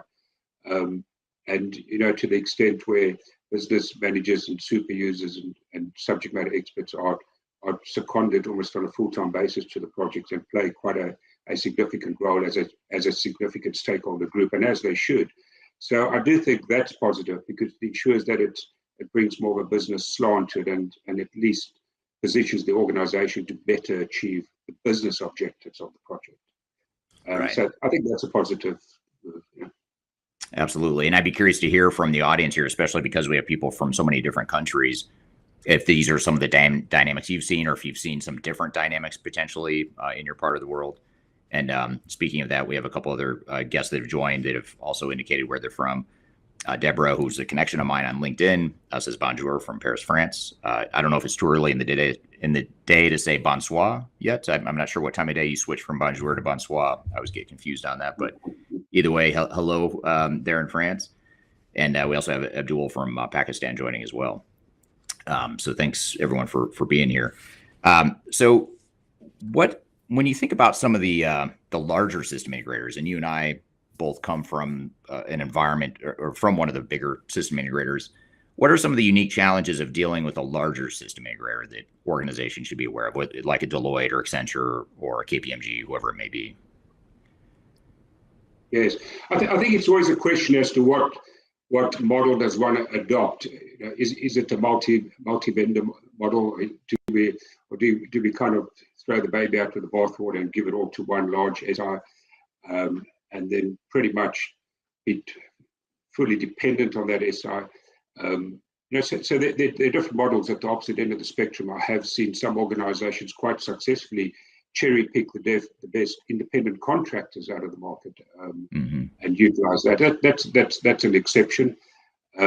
So I think that is an important question at the outset of the transformational journey or ERP project. But I personally do favor a bit of a mixed model. I think and certainly I do favor building a very mature capability in the organization to be able to manage these different vendors. But one's always going to have a lead SI. I think that is important. And it does sometimes make sense. I mean, we go back to our earlier point, there's certain capabilities that the SI does not bring. So you have a choice as to whether to plug that gap yourself as the client, or to bring in some independent players. And the typical areas are data cleansing and migration, training, user acceptance testing, change management, post-go-live support. There's often a kind of hypercare period for 2 to 4 weeks where the SI stays on board before they try and kind of hand you over to their outsource arrangement. So I think there are pros and cons. And one thing that I think is absolutely essential in terms of managing the large SIs, Eric, is that one has to have some type of predefined quality criteria linked to the deliverables, clearly defined in the statement of work, and preferably linked to the billing schedule, so that it's not just a time and material driven contract or fixed price contract, but there's some incentive for them to ensure that they deliver to a predefined and documented level of quality and completeness, whether that's testing or design or data migration or customization, whatever the case may be. And certainly the standard SI, tier 1 SI contracts are not going to come with these. They are not going to give you the ammunition by which to manage them, or the tools by which to manage them more effectively. You need to, as the client, ensure that you embed that in the contract up front. And then it's easier. It's not easy, but it's easier. I do find that the tier 2 vendors are more open to negotiation. They're more flexible in terms of their standard contract T's and C's and statements of work. But certainly at the tier 1 level, I think it's quite a tough negotiation process to get those types of clauses embedded in the contract so that you can better manage that SI. Yeah, agreed. I'm here with Clifford Martin. We're talking about how to select and manage the right system integrator for your organization. We've got a lot more to cover. We'll be right back with more Transformation Ground Control. I don't mind letting you down easy, but just give it time. I want to share a little bit of information about Third Stage Consulting and who we are. Third Stage Consulting Group is an independent, technology agnostic provider of consulting services to help clients through their digital transformations. We help with digital strategy and software selection, as well as implementation planning. And during implementation, we provide services related to program management, organizational change, business process improvement, as well as enterprise architecture. These are just some of the services we provide. We have offices in North America as well as Europe and Asia Pacific.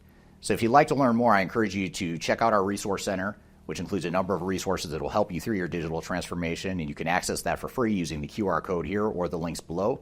You can also reach out to me directly if you'd like to discuss your digital transformation and brainstorm ideas on how to improve where you're headed on your journey. The last thing you want to have happen is for your digital transformation to end up in court. I've been doing this for 20 years and I have seen everything. My name is Marcus Harris. I'm a software and technology attorney focusing my practice on drafting and negotiating software-related contracts and litigating software disputes across the country. Feel free to reach out to us at taftlaw.com. We'd love to talk to you about the litigation process and what you can expect.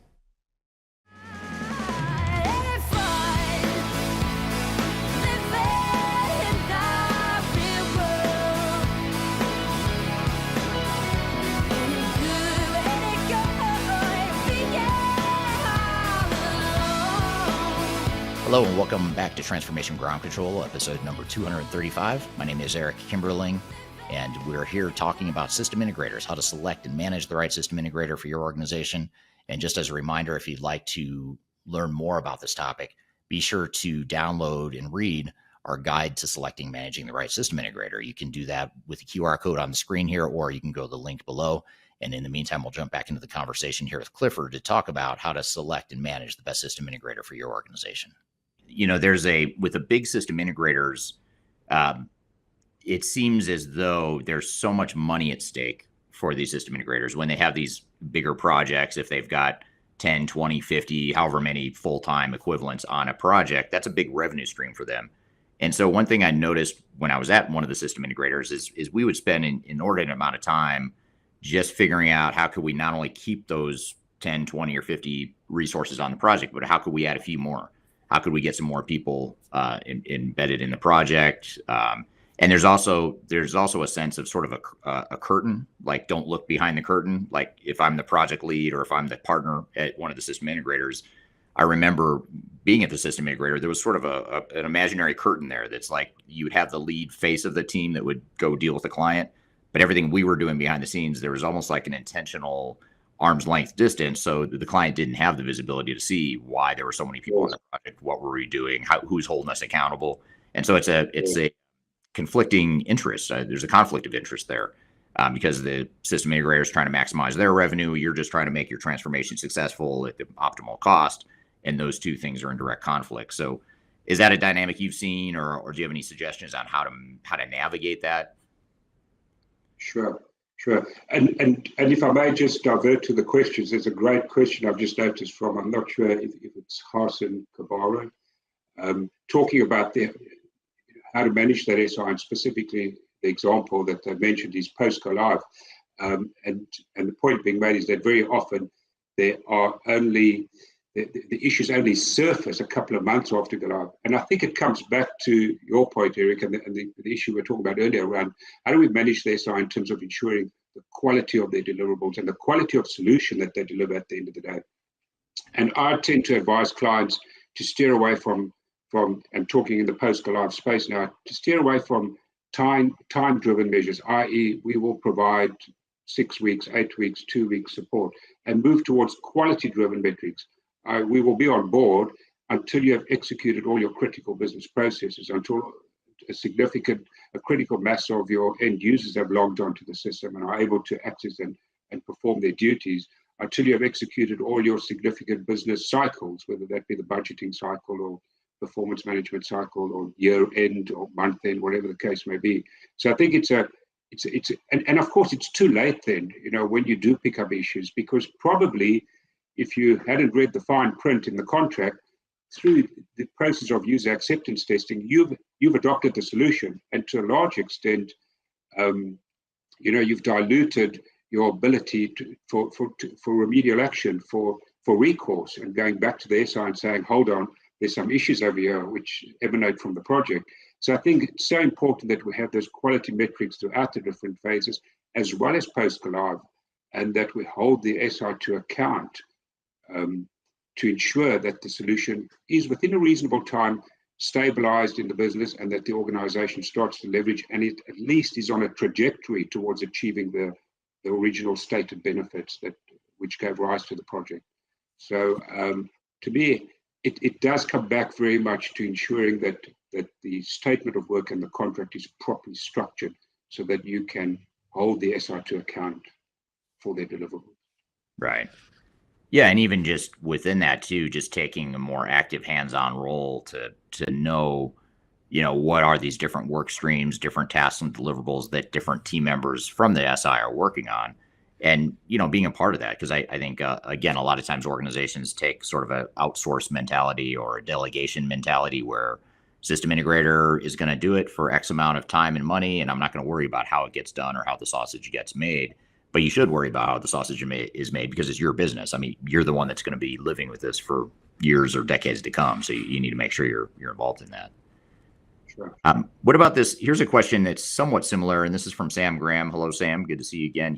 Sam is a regular attendee for a lot of these live streams we do, and a great participant. He always has really good questions. But the question is, you've mentioned training, but do companies need ERP education as well so they can understand and challenge the SI's advice and decisions? What are your thoughts on that? Yeah, great question. And it comes back to our earlier discussion about executive bootcamp, and not just at the executive level, but absolutely, Eric, and thank you for that question. And it kind of, to me, starts with how do we define this journey? Because if we're going to allow the industry or the SI to define it, it's going to be pretty much defined as a technology project with success achieved at the point of deployment of the solution. And of course, we all know that's not the end of the project. It's not even the beginning of the end. It's perhaps the end of the beginning, in terms of that all your work still lies ahead of you in terms of deriving business benefit. And there's no good reason to implement an ERP, in my view anyway, even a technical upgrade, unless it's going to achieve some business benefit, or as a minimum, remediate some risk within the organization. So I do think that defining what this project looks like, what is that life cycle, and the role that the executive needs to play over the full life cycle is fundamentally important. So in a nutshell, absolutely, it is unreasonable to throw a hodgepodge of executives together and expect them to successfully play a meaningful role in over the full life cycle of the project. I think it's unreasonable without some education. Right. What about, and this sort of relates to this whole education concept and a lot of the things we've been talking about so far, but what about bias? How does bias from the system integrators, how does that affect a project in terms of, certainly by this point, by the time you've deployed or employed a system integrator, you already know what the technology is you're deploying, but it seems as though there's biases in how technology gets deployed, and there's biases in how much of that technology you should or shouldn't use that can be in conflict with the best interests of the organization that's actually implementing. So what are your thoughts? How does bias fit into all these challenges we're talking about? Yeah, I think clients are often naive, and perhaps not unexpectedly. We need to recognize that there is some relationship between the solution providers and the partners who implement them. So the Oracles, Microsofts, SAPs of the world, and the tier one SIs. So, and the question is always, what do we do first? Do we find the solution ourselves and then bring the SI on board? Do we use the SI to find the solution, and then possibly deploy them as a partner on the journey? So, and there are pros and cons, and to all those different approaches.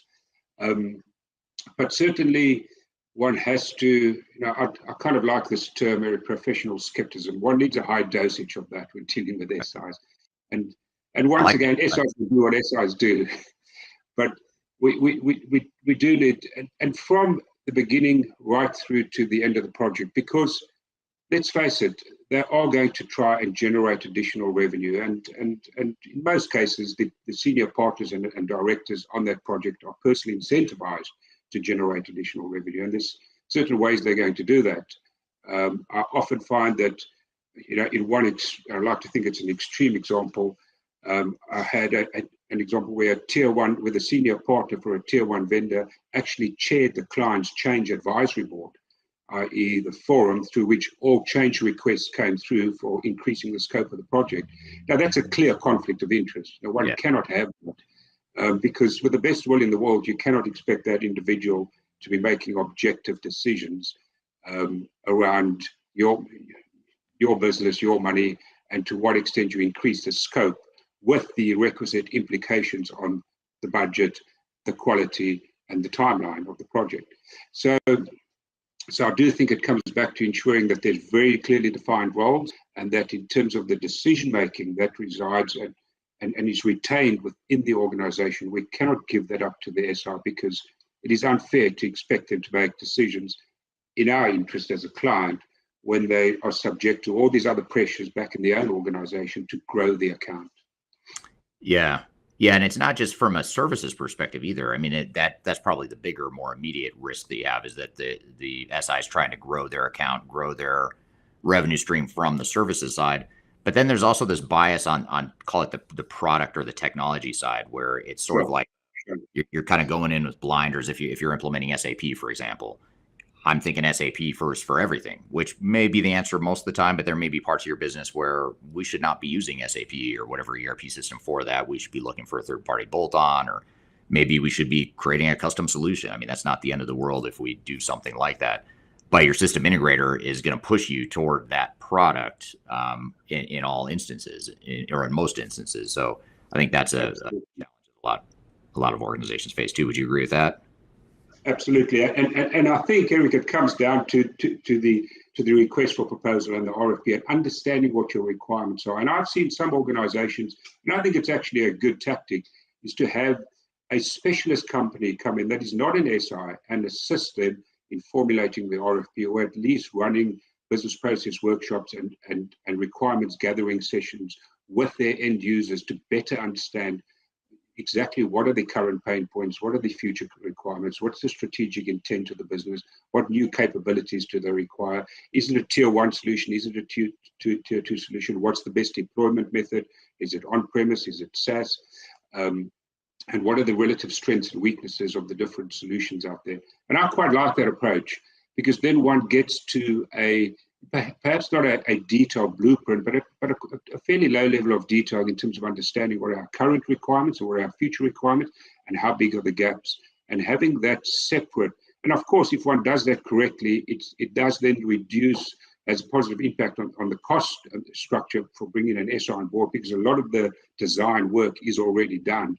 And one can then continue that. It becomes reusable and repeatable throughout the life cycle. So one way of dealing with that bias that you refer to, I think, is to firstly understand extremely well what you're wanting out of the solution, exactly what you're wanting it to do. And number two, having that exercise independent from both the SI and the solution provider. Yeah, that's a great point. I mean, you've hit on another thread here as far as, how to counter what's the antidote to some of the challenges we're talking about. We've talked about the education and how to, educate yourself so that you can at least know enough to ask the right questions and challenge assumptions. The other is to take ownership that we've talked about. And then, you've talked about a couple other things here as it relates to managing that relationship and really ensuring that you're not being biased in that process, and having that. The third thing you bring up, or the third thread, is just sort of that clarity of vision, that clarity of what we want to be when we grow up. The better you understand that, the less likely you are to fall into these traps where, if you don't have a clear vision of what you want to be when you grow up, now all of a sudden the power dynamic is shifted. Now you've become even more dependent on the system integrator. They're taking even more control, more ownership of the project, when really what you should be doing is tilting that back towards you and taking that control. And I also, by the way, really like that term you used, professional skepticism. I always tend to use the word buzzkill, but I like professional skepticism better, because that's a more positive or professional variation of that as well. Yes. I wanted to just bring up a really interesting point here, just to, if anything, to validate, Clifford, that you and I are not the only ones that are have this sort of jaded view of system integrators from having been there. But this is from Louise on LinkedIn. She says that she's really enjoying the discussion. One of the reasons I left an SI and became an independent consulting was just such conflicts of interest as I became more senior in my career. So that's exactly why I left the big system integrator too.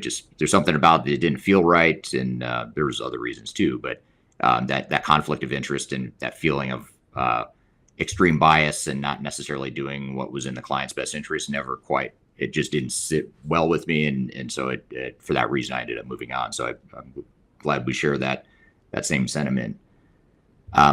This is a little bit different question, but really important one, building on a point you made earlier, Clifford, about how to have the right statement of work and the contract and setting expectations up front.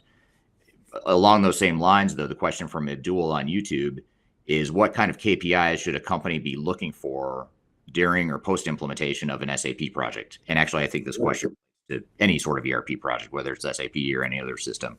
Can you kindly share your views on that? What are your thoughts? Great question. And Eric, it's such an important topic, and it's this whole issue of benefits realization. And companies start off with very lofty and noble ideals encapsulated in their business cases and program charters and so on. And very quickly that gets left behind, and we're all kind of in the trenches, stuck in this ERP project now, just trying to survive and make the go live date. So I certainly advise clients that in parallel to the project rollout, we have a benefits realization work stream that starts with taking the business case, the stated benefits or the envisaged benefits in the business case, unpacking that in more detail, baselining that against the current company metrics. As an example, if we're pursuing operational excellence, which is often a very important role and kind of fairly standard objective of an ERP. I don't think you should ever be implementing an ERP if you're at least not going to drive some best practices and operational excellence and improved operational performance. So there's certain key metrics, and of course, a lot of the tier one ERPs these days come with those tools. On the SAP side, something like value lifecycle management, they're embedded and part of the ERP solution. But I don't think clients are aware of them enough, and certainly don't use them enough. So I do think the benefits realization needs to be a separate stream. It needs to be owned, and of course one can get external assistance. It needs to be owned by the organization. It needs to drive a lot of the decisions we're making. If we're looking to land new capabilities, let's use e-commerce as an example of a recent client. That's one of the reasons to enable new business capabilities within the organization of your ERP platform, then that needs to form a key part of the design. Now, you spoke about the cookie cutter approach earlier. We cannot then have the SI coming in and having a uniform standard approach when we are well aware that in a particular area of the business, we're wanting to really get a mature capability in place. We've got to then kind of focus the design around that, the testing around that, the user training around that, and that's got to inform and drive the project lifecycle. So if we don't have this benefits realization program, and we don't understand what we're trying to get out of the system and ensure that we scope and approach the different phases of the rollout or implementation with that in mind, then we lose sight of those benefits realizations, and unsurprisingly, we never achieve them. So the whole area of having a parallel benefits realization work stream, utilizing the tools that are available to inform and drive those benefits out during the project and post-go-live, I think is fundamentally important. Yeah, great point. It ties back to your point about that clarity of a vision of what you want to get out of the system. What do we, first of all, what do you want this transformation to be? What's the intent? What are you trying to accomplish? What are the sort of the high level parameters and guardrails? Having those clear expectations and understandings, as well as the metrics that support that. It's just another arrow in your quiver to give you more ownership and more control and more accountability of the project as well. Yes. Just a quick comment here from Paramore, which is a really cool name. I may be mispronouncing it, but I like that name a lot. I totally agree with Clifford. So I'm not sure which part she agrees with, but maybe it's just in general. But at least someone listening here today agrees with you and I here in the discussion. And then Kyler, who's our co-host of this show, of this podcast, pointed out that we have a new buzzword alert. And if you listen to the Transformation Ground Control podcast often, which if you don't, I encourage you to, I don't want to say we make fun of buzzwords, but we have a good time with buzzword alerts on that show. So you helped us create another one. So thank you, Clifford, with that professional skepticism, which I'm going to steal that idea, by the way. So I guess we've talked a lot about some of these bigger system integrators, and that was sort of the last thread that I had asked you about, Clifford.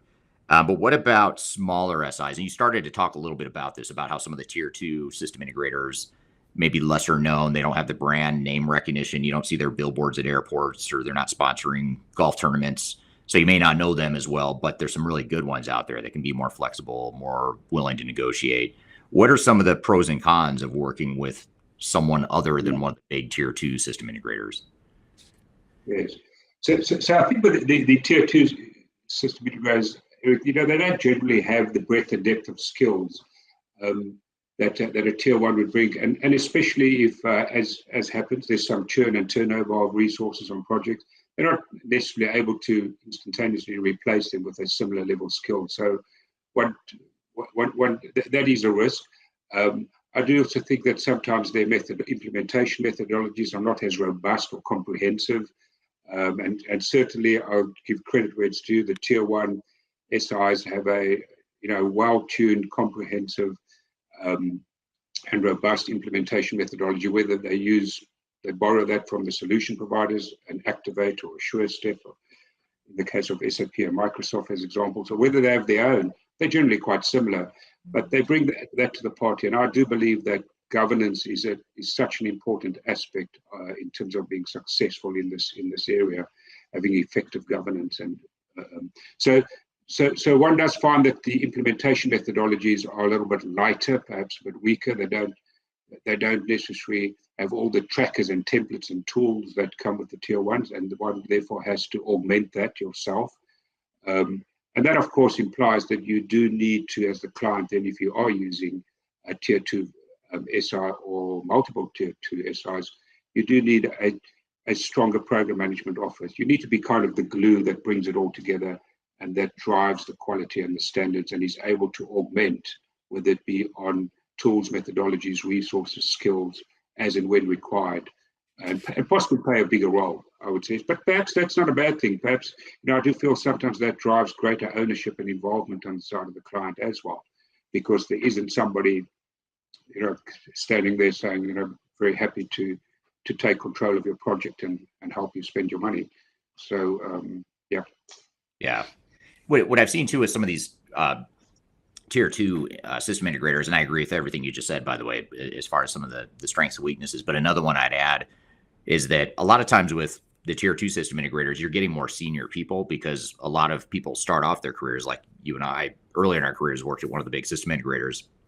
But at some point, oftentimes, people get burned out, sort of mid-career and move somewhere else. And a lot of times they go to a smaller tier system integrator just because it's a better fit, it's less stressful, and for other reasons. Have you seen that as well? Yes, absolutely. I do think one has, you have the attention of the executive.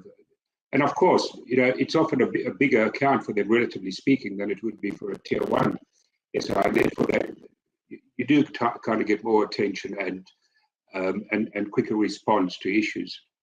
So, I do agree with that. Great. There's a question I had here I want to come back to. Where was it? Oh, here it is. First of all, a comment here from Louise, strong governance PMO. She strongly agrees with those points. And I think regardless of what type of system integrator you use, whether it's a big one, small one, tier two, having that program management in place is really important. And then here's another question from Sam Graham again on LinkedIn, which is a really interesting one and a good question, as always, with Sam. Is it true that many very large organizations are actually an amalgam of smaller business units, and so tier two systems can sometimes be an option? So in other words, if you're a big company, but on paper you look like maybe you should be deploying an SAP or an Oracle, but really you're just a bunch of smaller business units that combine to create a big overall business, that might be that a tier two system or multiple tier two systems might be the better answer. Is that something you've seen as well? Sure. I think the question is always with those types of organizations to tier or not to tier. And do we have, and a model that one sees often is in terms of the transactional commoditized type business processes, the back office, generic business processes, HR, payroll, procurement, supply chain, etc. One has some type of shared service model, and that might be on a tier one solution because some of them are pretty good at that. That's where they come from. And then in terms of agility and the more unique or even customer facing components of the organization, there's a tier two solution in place, and possibly even multiple tier two solutions from different solution providers or vendors. So certainly, I do think that's a critical question. It's not necessarily a one size fits all for the entire organization, where you do have a central head office with multiple branches or multiple subsidiaries and divisions, and especially when they're in different demographics or countries, time zones, etc. So it's a good question, and I think one should always consider that for those types of organizations. Right. Now, what about this question? Here's a question from YouTube, and I'm actually going to broaden the question a little bit from the original intent, but hopefully it'll still cover what you're looking for here, Abdul. But the question is, do you have any general advice on implementing AI technology with system integrators?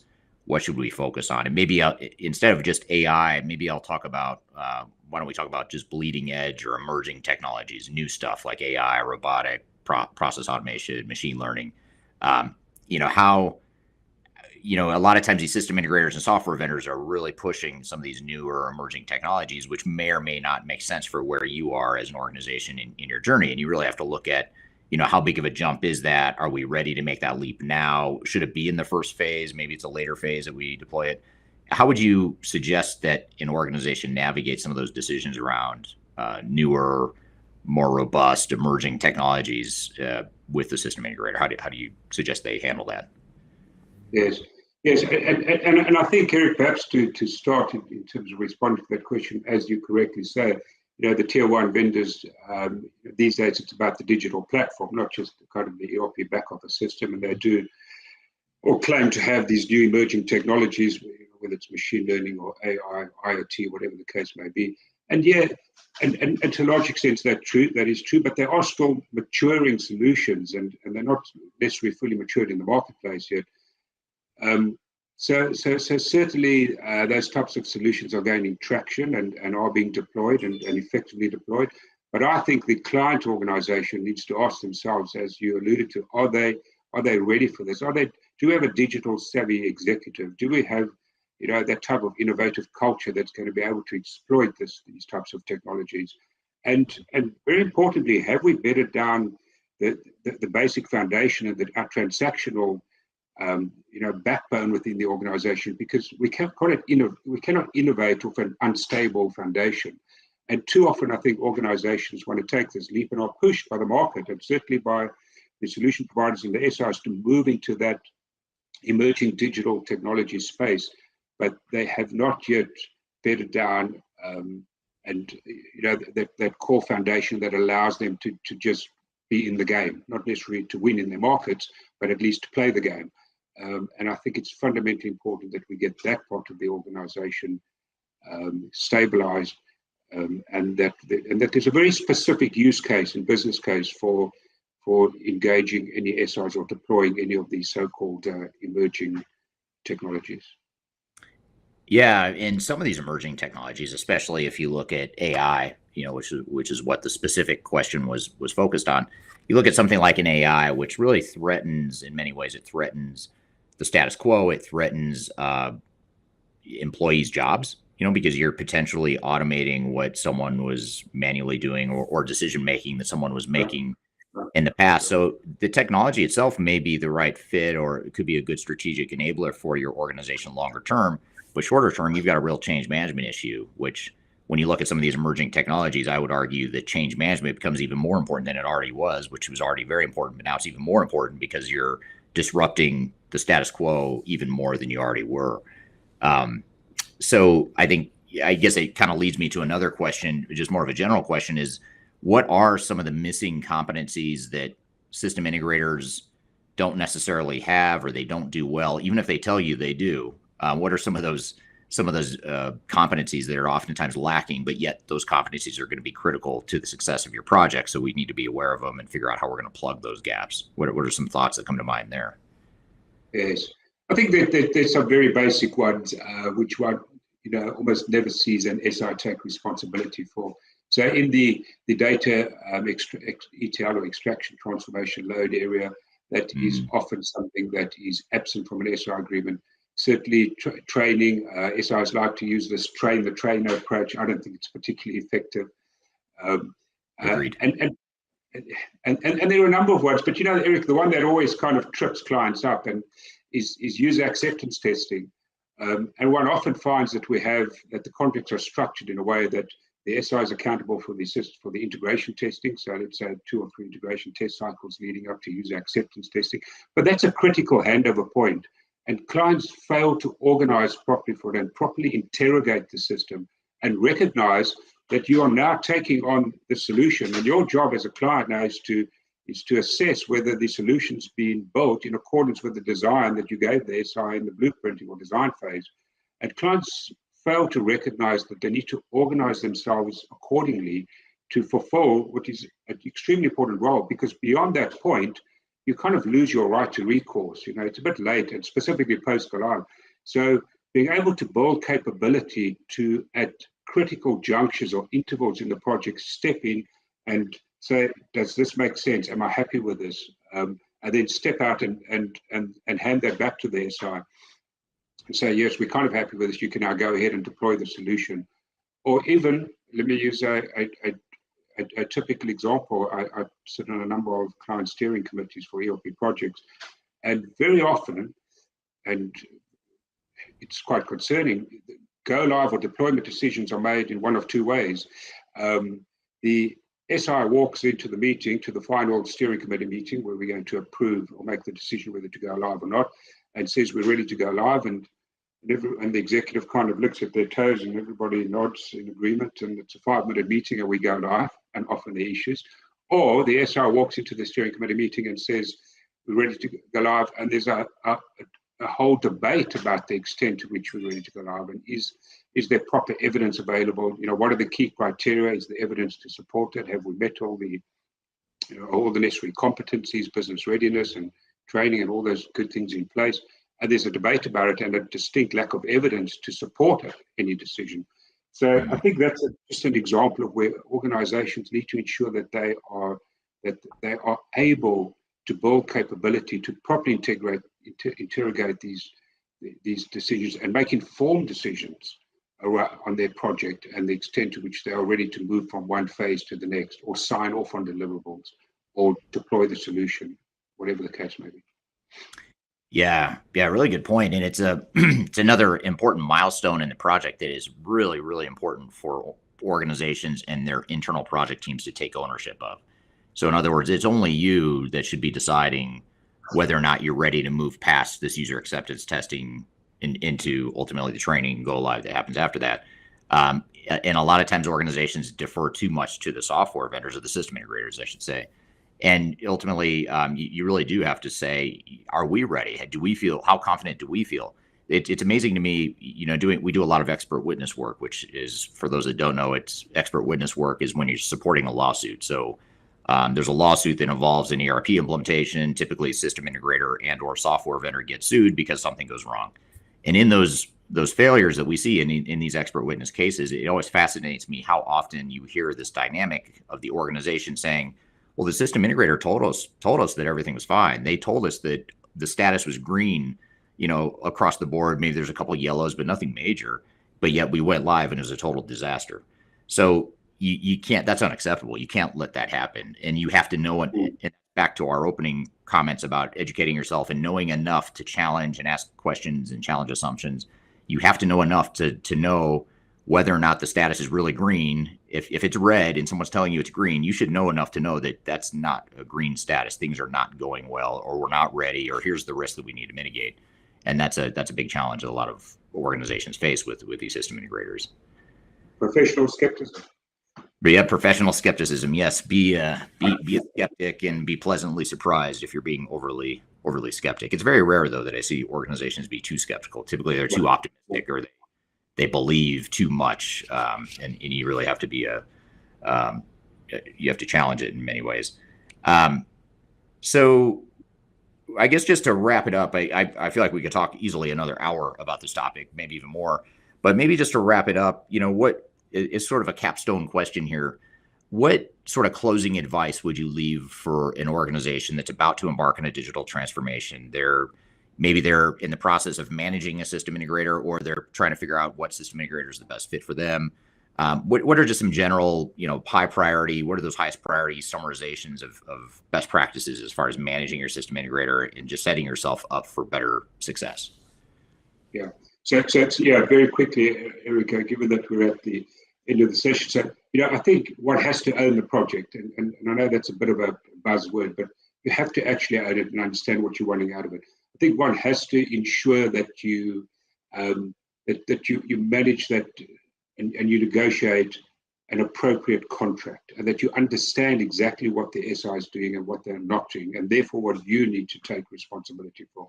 I think having the organizational structure in place, it stays the client's project, and we haven't kind of even touched on things like the typical pairing model that SIs bring to the party, where they create two parallel project structures and never shall they meet, with the SI project team reporting to the SI and everybody else kind of reporting to the SI as well.